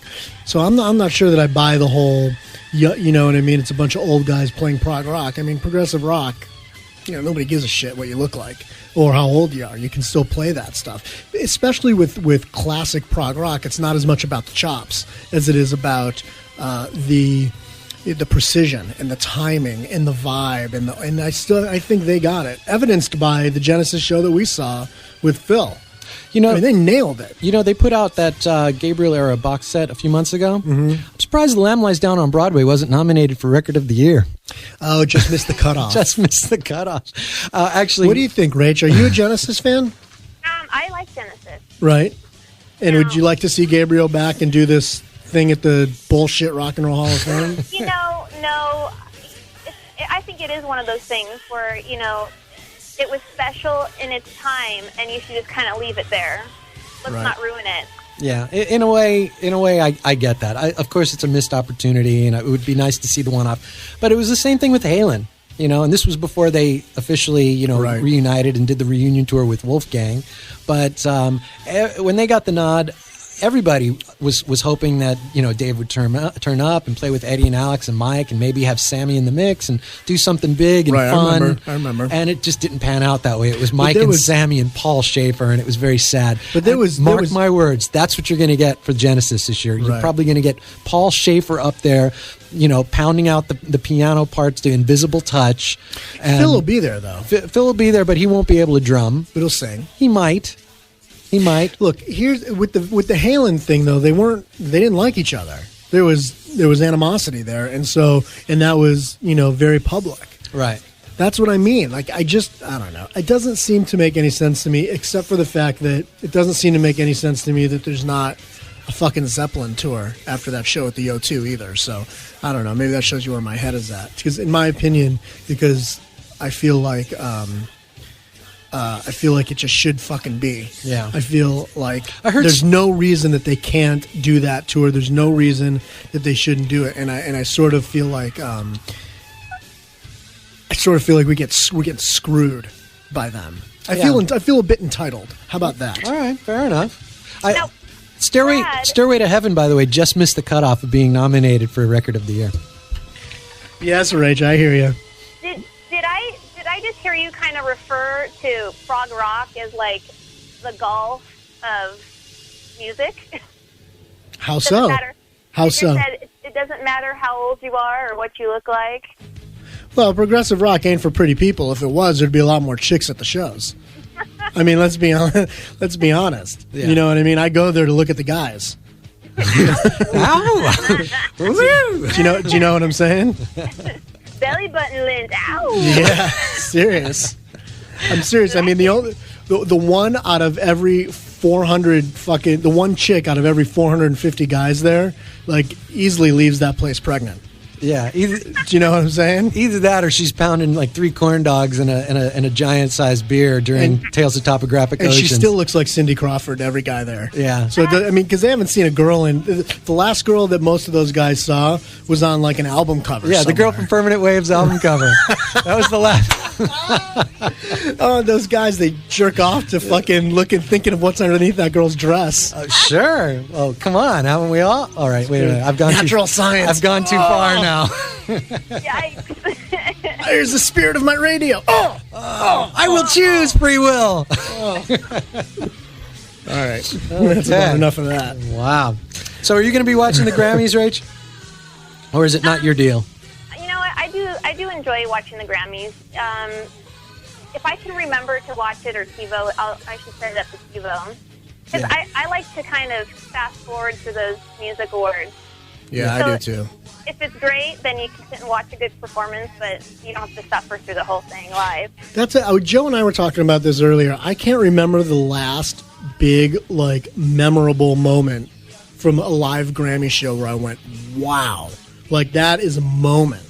Yeah. You know? I mean, for me, it probably goes back to, that year when Jethro Tull won the award, because Metallica played one, right. and it was big, and it was metal, and it was epic, and it was really outside the box for them. Yeah. It was something the Grammys had never seen before. And I think for me, it's that Elton John Eminem performance. And because it was everything that surrounded that. I was at that show, and everything surrounding that moment with the protests and all the the Anti-Defamation League was there, whatever they're called, and it was such a zoo trying to get into that place with all the picketers, and then to have them come up and nail it with a great song. That song "Stan" is a great song, and Eminem nailed it, and Elton John nailed it, and it was a moment, like everything sort of clicked. But I can't really remember a memorable Grammy moment when I went, oh man, that's epic. Soy Bomb.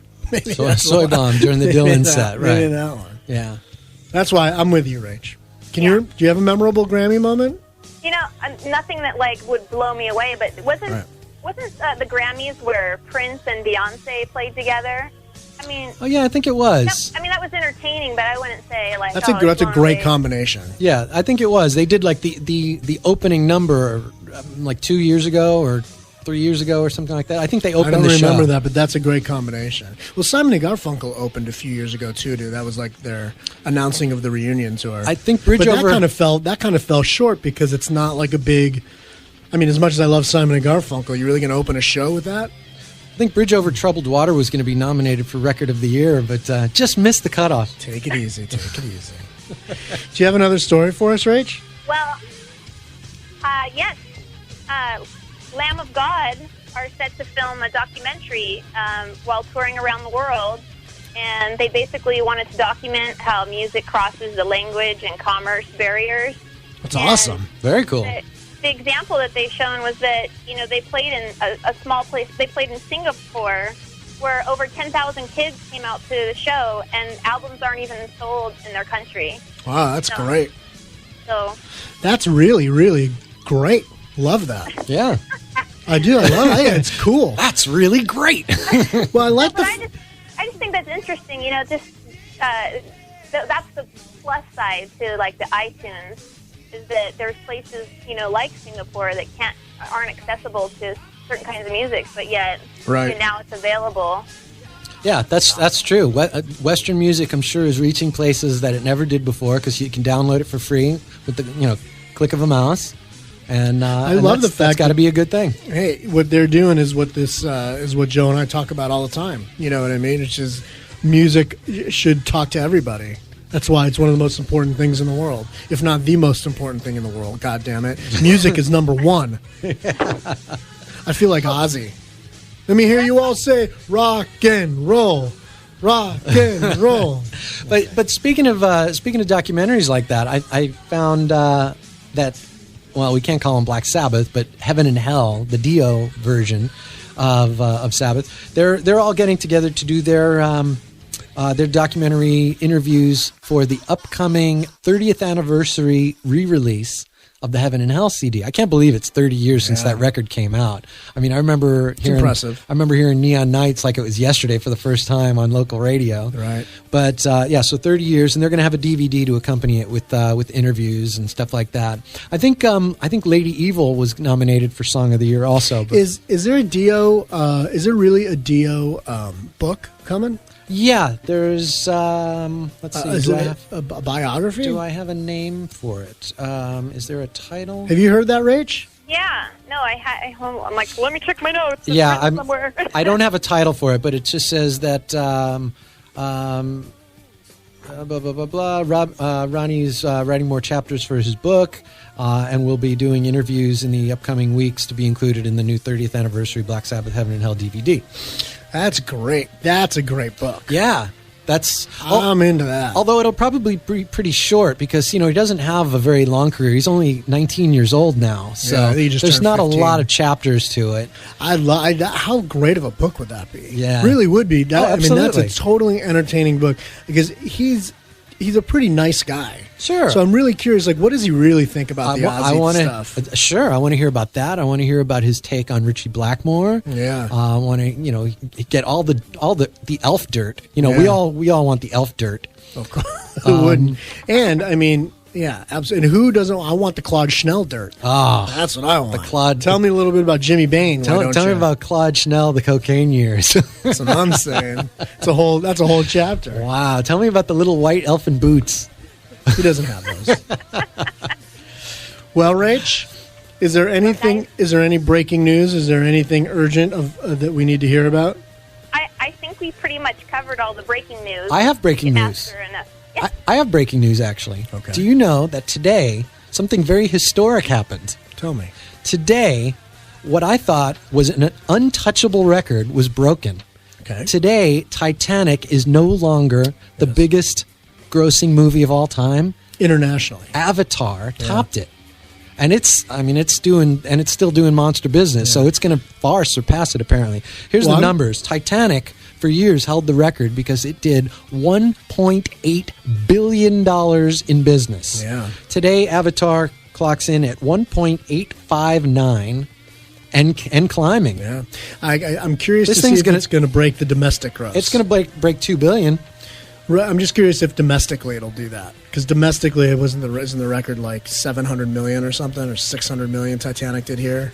Oh, I don't know. I think it's something like that, and I think is that right? Maybe it's 500 million, because I think Dark Knight did like 300 and something million.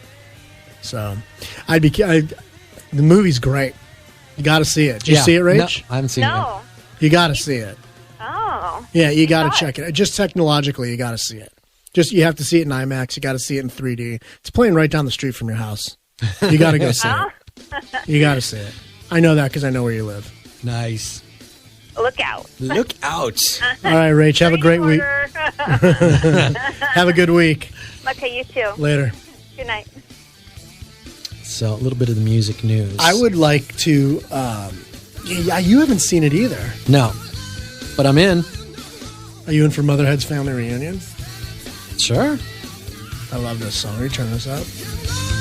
I remember when this record came out. I went and saw him on this tour, Richie Kotzen, on this tour at the House of Blues. It was right after he left Poison. Right. And John Kolodner signed him to Geffen. And he put this record out. It was so fucking good. He was so great live. Such an unlikely choice for Poison, even in retrospect. Absolutely. How did that happen? Yeah. I mean, that would have been like Satriani, getting the gig. Isn't he? He was in Mr. Big for a minute too.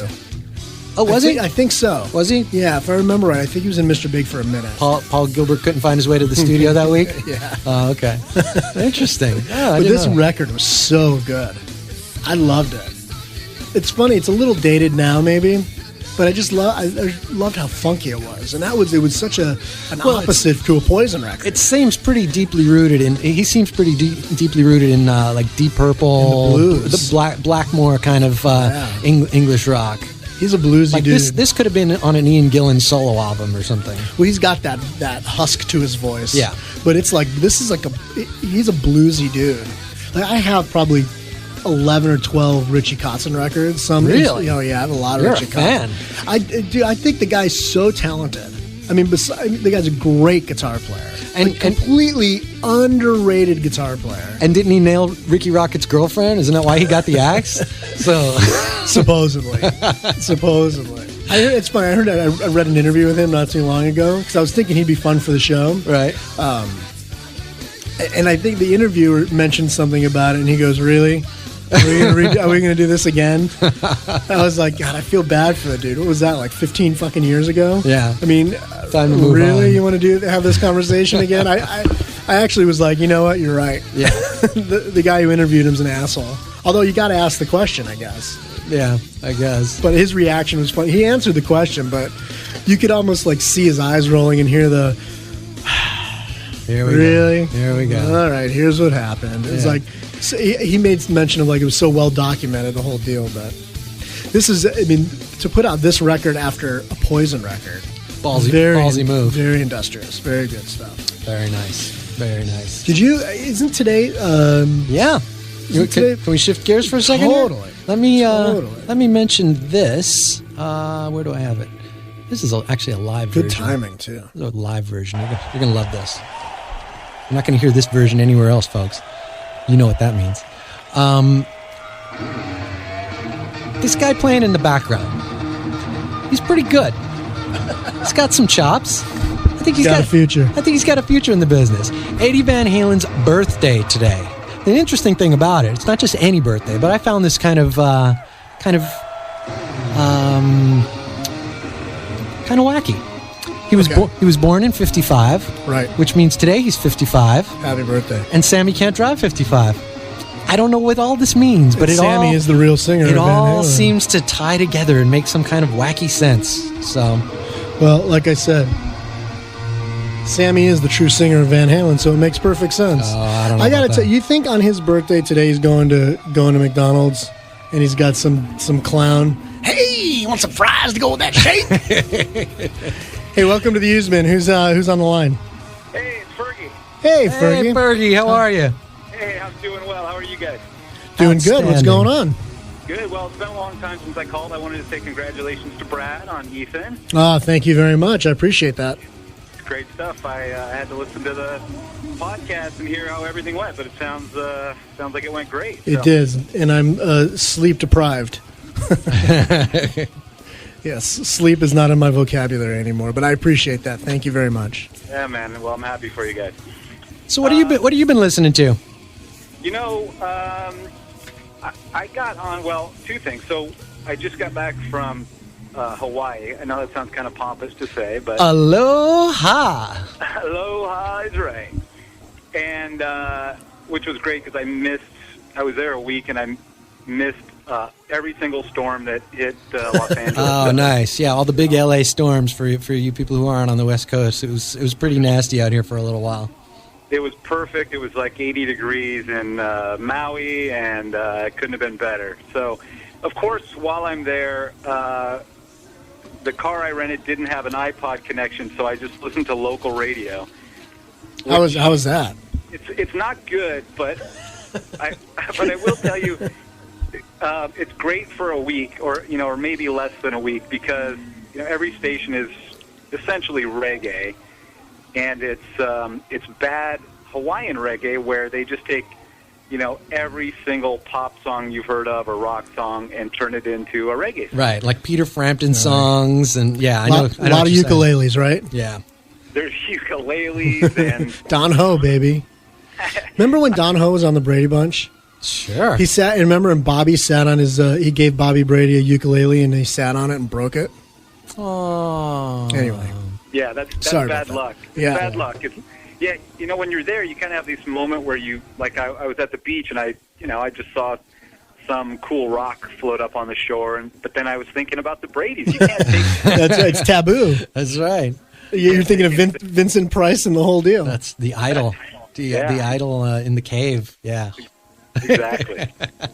Very I nice. saw that episode. Hey, very fortuitous that you called, actually, Fergie, because I was going to make an announcement, and no one more perfect to give this announcement to than you.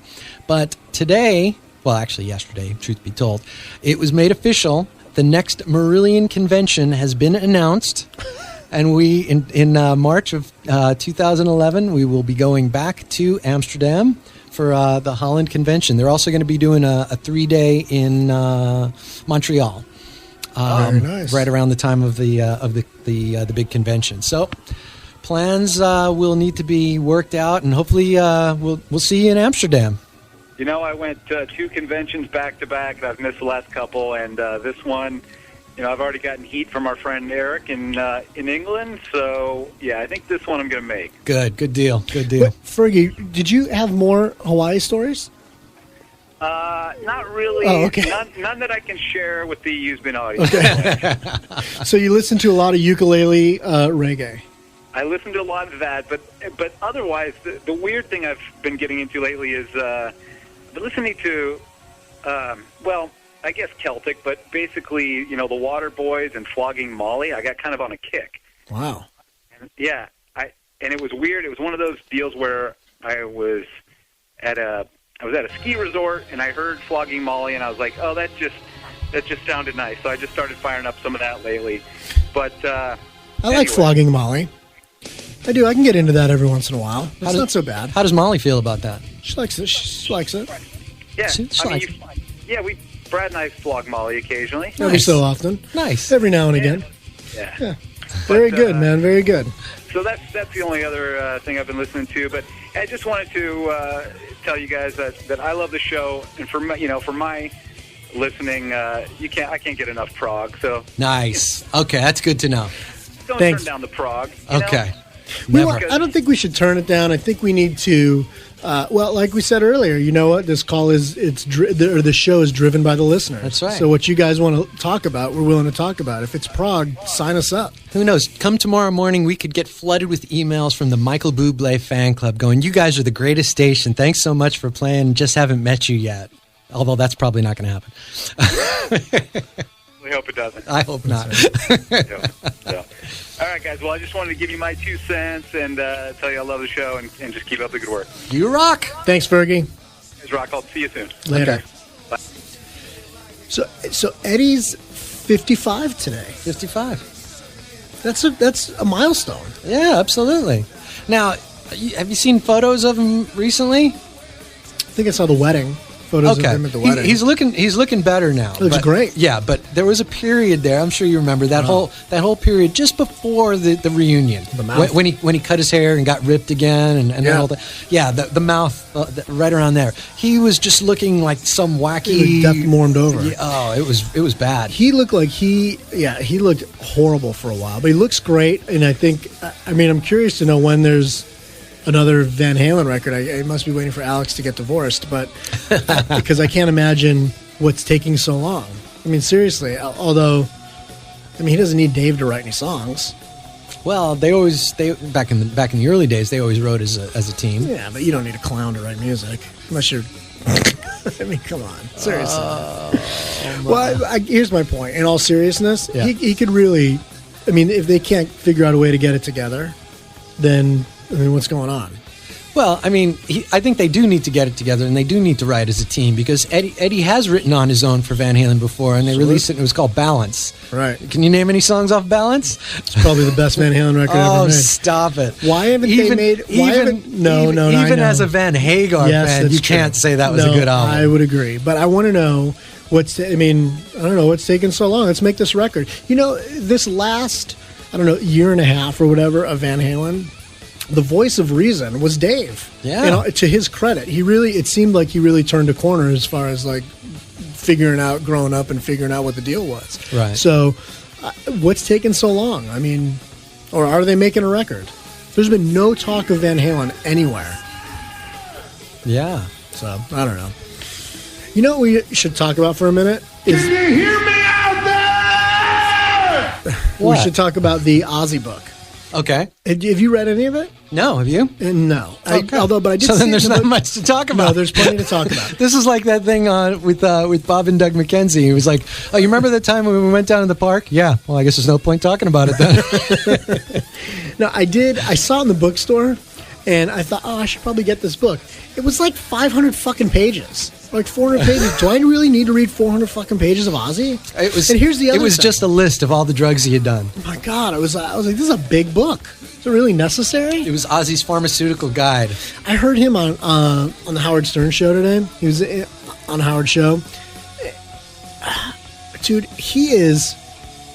Dude, this has gotten worse. Oh, really? You can't understand a word he says. But I did. I did. Decipher this. He said Howard asked him about wearing in-ear monitors, right? And Ozzy mumbled something to the effect of, "It's not really rock and roll. It's for fairies, and fairies wear that." And blah, blah, blah, fairies blah, wear blah, boots. Blah, blah, blah, blah, blah, blah.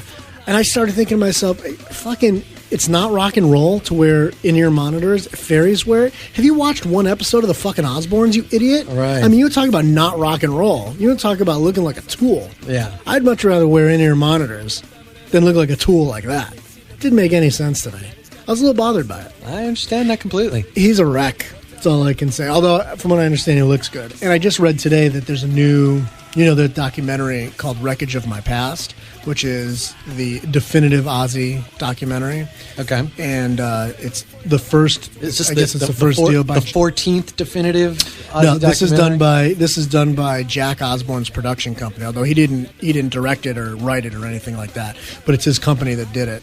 And so, and he's made comments. There's a trailer up on YouTube. You could probably go to wreckageofmypast.com or something and look at the trailer. And he said they interviewed everybody for it. All the members of Sabbath, everybody throughout the guy's life.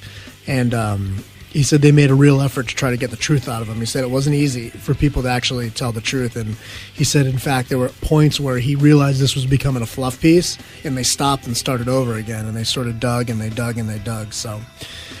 My only question is, it sounds like it's going to be the audio book of this book. Well, if or the video book, I guess it would be. If they want it to be something other than a fluff piece, then they got to get the Dio interview in there. That's the one that makes that piece interesting.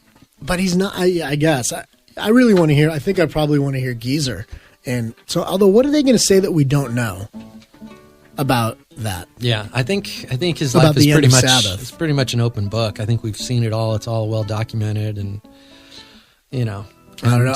And he slept with Ricky Rocket's girlfriend. Right. According to Howard, he, I guess there are some revelations in that book. Stuff that we haven't heard yet. Stuff that we don't know about. Revelations, this one. Yeah, stuff that we don't know about. But I think I want to pick it up. I think I want to read it. I mean, I feel like I've grown up with Ozzy. Yeah. And the guy changed my life. He did. True story. The guy changed my life. He did. He changed my life. The problem is I'm so uninterested in what he's become that it's hard for me to wrap my head around what he was. Right. No, I get that. He's become such a fucking caricature of himself. So, I don't know. And how about this, dude? I can't believe we haven't talked about this tonight. That was my skull. I'm so wasted. I can't believe we've not talked about the end of the Scorpions. Scorpions! It's over. California! Dude, they're making a record. The record's coming out. They're going to tour the record for 3 years. And then they're done. Is it going to be Humanity Part 2? No, I don't know the name of the record. Because didn't they put out Humanity Part 1 as their last record? Or? The name of the album is, I don't know. I didn't even print out the story because I didn't really give a shit, except for the fact that the Scorpions are breaking. They don't need to ever make new music again. Yeah, that's true. I mean, as long as Klaus has got a microphone, everything's good. You see the microphones up in the air? You see them? You set those up so cheesy. You don't even have to set it up. You just have to play it. Do you know what we're doing tonight? So the Scorpions are breaking up. I think for most people, they would have thought the Scorpions broke up 20 years ago. Long time ago. However, I did see them probably 5 years ago. And they're still rocking. Dude, they were great. Yeah, no, they could always put on the performance. They could always do the show. Although they stopped doing the big pile-up pyramid of human bodies a long time ago. Because nobody wants to see, 65-year-old Rudolph Schenker going, climb on top of my back. Because one of them's going to fall and break a hip. Do you know what I mean? Like the AARP would not have it. They won't insure them otherwise. Wow. But they were really good. And Klaus was great. They were. In fact, I have to tell you something. They were better than good. I expected to stay for like 3 or 4 songs, catch a little blackout. You know what I mean? And that was about it. They were great. I stayed the whole show, totally into it. Really, they were great. Nice. You know who opened that show? Is Tesla, by the way. That's who I really wanted to see. And did they blow Tesla away? Tesla was pretty good. Really? Yeah, Tesla was pretty good. All right, fair enough. I wouldn't Tesla to me put was, them in the same caliber as Scorpions for me personally. Well, they were different. Yeah. But Tesla was always good to me, kind of like how we talk about Cinderella. They weren't... You could always count hair on band. You could always kind of count on them. They were a little deeper than just your typical hair band. Yeah. Cinderella. They were a very blues-based band. Those guys were good players and stuff. Tesla, the same thing. I think Tesla, those guys were really good players. And that guy, what's that guy's name? Jeff something. That singer. I forget. Jeff something. Anyway, that guy could rip.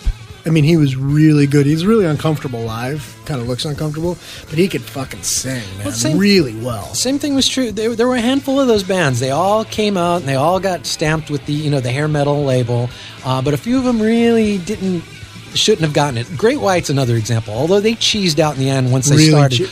Once they started covering Once Bitten, Twice Shy and all that stuff. But you go back to those early albums, not even like the first couple, although those are my favorites, but even like the 3rd, 4th, and 5th records when they were doing like, Face the Day and stuff like that. Right. They were great. Because Jack Russell's a really good singer. Yeah. That guy's a really good singer. Yeah, that was good stuff. Yeah. I miss those guys, especially the early stuff. I wish they were doing some of that early stuff, like Out of the Night and Down on Your Knees. Down on Your That Knees. was good, dirty, Down on Your Knees. dirty, bluesy rock and roll. That was good with heavy riffs. I wonder if Jack Russell can still sing. I saw a video clip on YouTube of him from Rocklahoma. From last summer's Rocklahoma, right. And I think they actually opened with Down on Your Knees, and it was pretty good. It was pretty ballsy. They did Since I've Been Loving You, right? They did Zeppelin Since I've Been Loving You. They tore that up. They did a whole record of Zeppelin covers. They did In the Light. That's right. They did In the Light. Why do I remember Zeppelin Since I've Been Loving You? Zeppelin never even played In the Light live, and Great White did, and he nailed it. He was a good singer, that guy. He was doing Rover and Achilles' Last Stand. Who's in that band? Now? I have no idea. Anybody who was in the band before? Mark Kindle was their guitarist for years, right. but he bowed out a while ago, and the guy that replaced him, I guess, is the one who died in the fire. They didn't have a guy that died in the fire. Yeah, one of the guys from Great White. One of the members died? Yeah, I'm pretty sure one of the guys from Great White died when they had that the club fire. I don't remember that. I mean, I remember the fire. I just don't remember somebody in the band dying. Pretty sure. Although I know it wasn't Mark Kendall, so I don't know what the status is. You know what? Maybe if there's I even vaguely do remember that now. Yeah, sure you do, pal. Sure you do. I would like confirmation on that. I would like to know somebody. That's serious. Somebody email us. Somebody email us. Somebody Google or Wikipedia if one of the band members from Great White died. And you have a couple of minutes to get that information to us because we have a few minutes left and we're going to start winding things out. And do you want to talk about domain names for a moment? Oh yeah, we blew that. No, we're right on our game. On our game. Because sometimes you need a domain name. And what should you do? Hey, you can get a piece of the internet with GoDaddy.com. You can go to purerockradio.net / not Axel, GoDaddy for coupon codes like 10% off all GoDaddy hosting plans. Nice. $5 off any GoDaddy purchase of $30 or more. Nice. Or $7.49 domain names. So for $7.49, you could get something like IJustHaven'tMetYouYet.com or Dust in the Wind was nominated for Record of the Year in 2010.com. Or LickMyBalls.com. That one too. Hey, Joe. Yes, sir. Thanks to this new partnership, all purchases using our coupon codes will directly benefit shows like the one you're listening to right now. That's Used Bin Radio. That's PureRockRadio.net/ not Axel, GoDaddy, for a complete list of coupon codes. Or enter POD167 to save 10% on all GoDaddy hosting packages today. When? Today. When? Tonight. All right. We rock. Dude, are you listening to a little Condition Critical right now? You know, I got to be honest with you.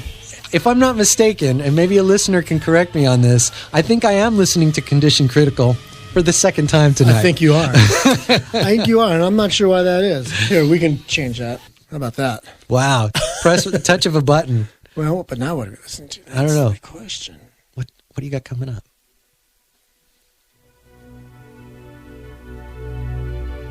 I know what it is because I looked. Let's see if you do. This is a great period for this band. Let's just sit here in silence. Dude, it's good. We're not in silence. What are you talking about? We're listening to fucking great music right now. It's not Survivor, right? No. Okay.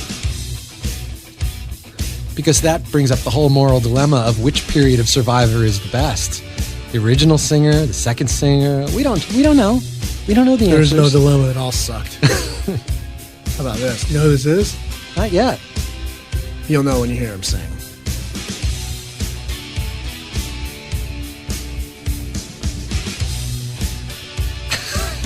I have no idea who this is yet. Take a guess. Come on. Now you'll know.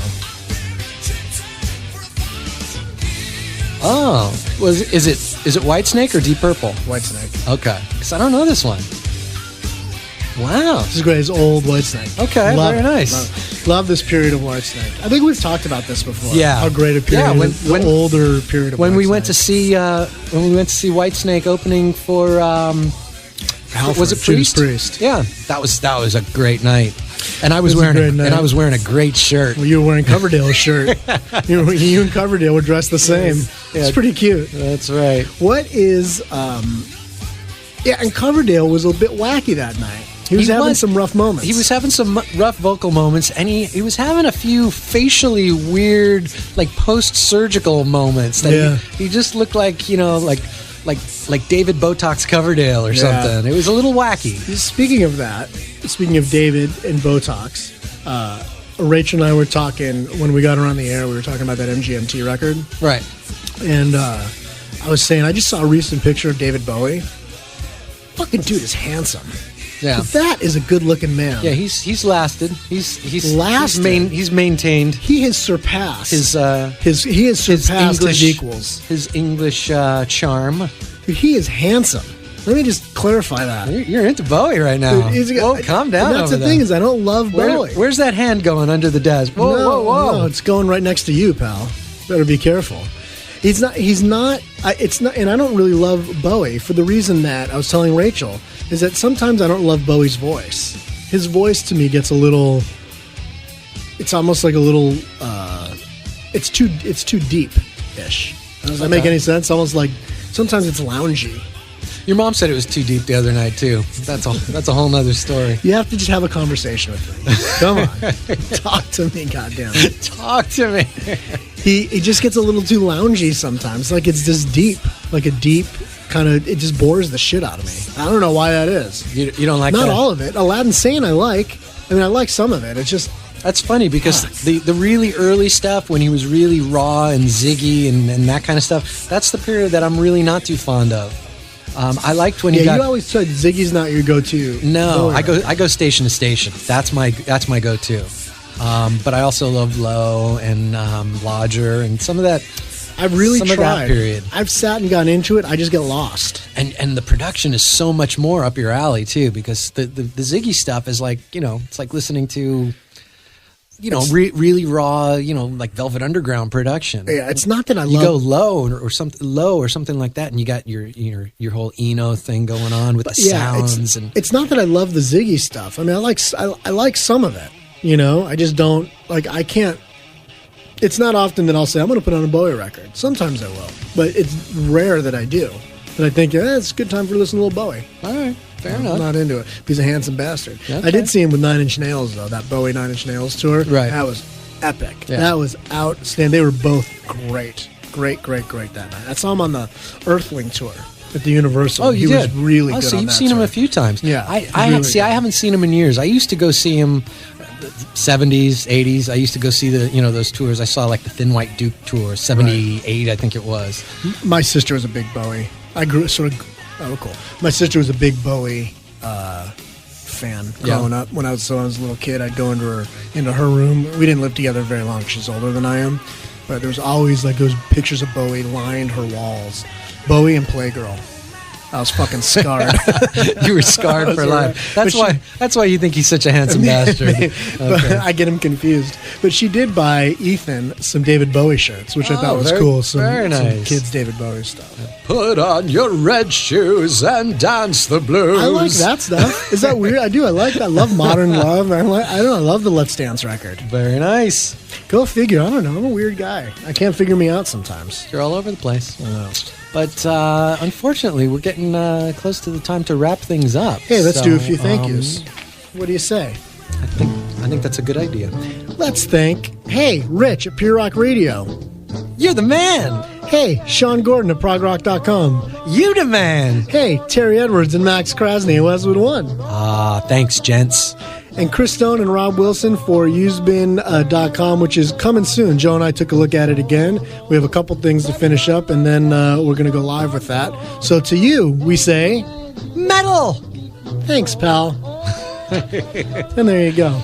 I'm excited to get that thing done. Yeah, absolutely. That'll be great. That'll be good. So Yes, that's our little program for the evening. Hey, thanks for listening tonight. Thanks for participating. Drop us an email during the week at usebinradio at usebin.com. Yes. Make sure.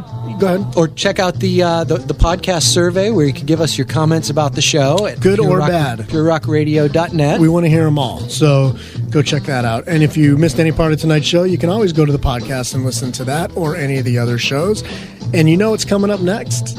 Pure Rock Radio live. Pure Rock Radio live from Las Vegas. So be sure to hang out and check those guys out. They are a lot of fun. And with that, my friend, you're strapped in to a live radio broadcast on Pure Rock Radio.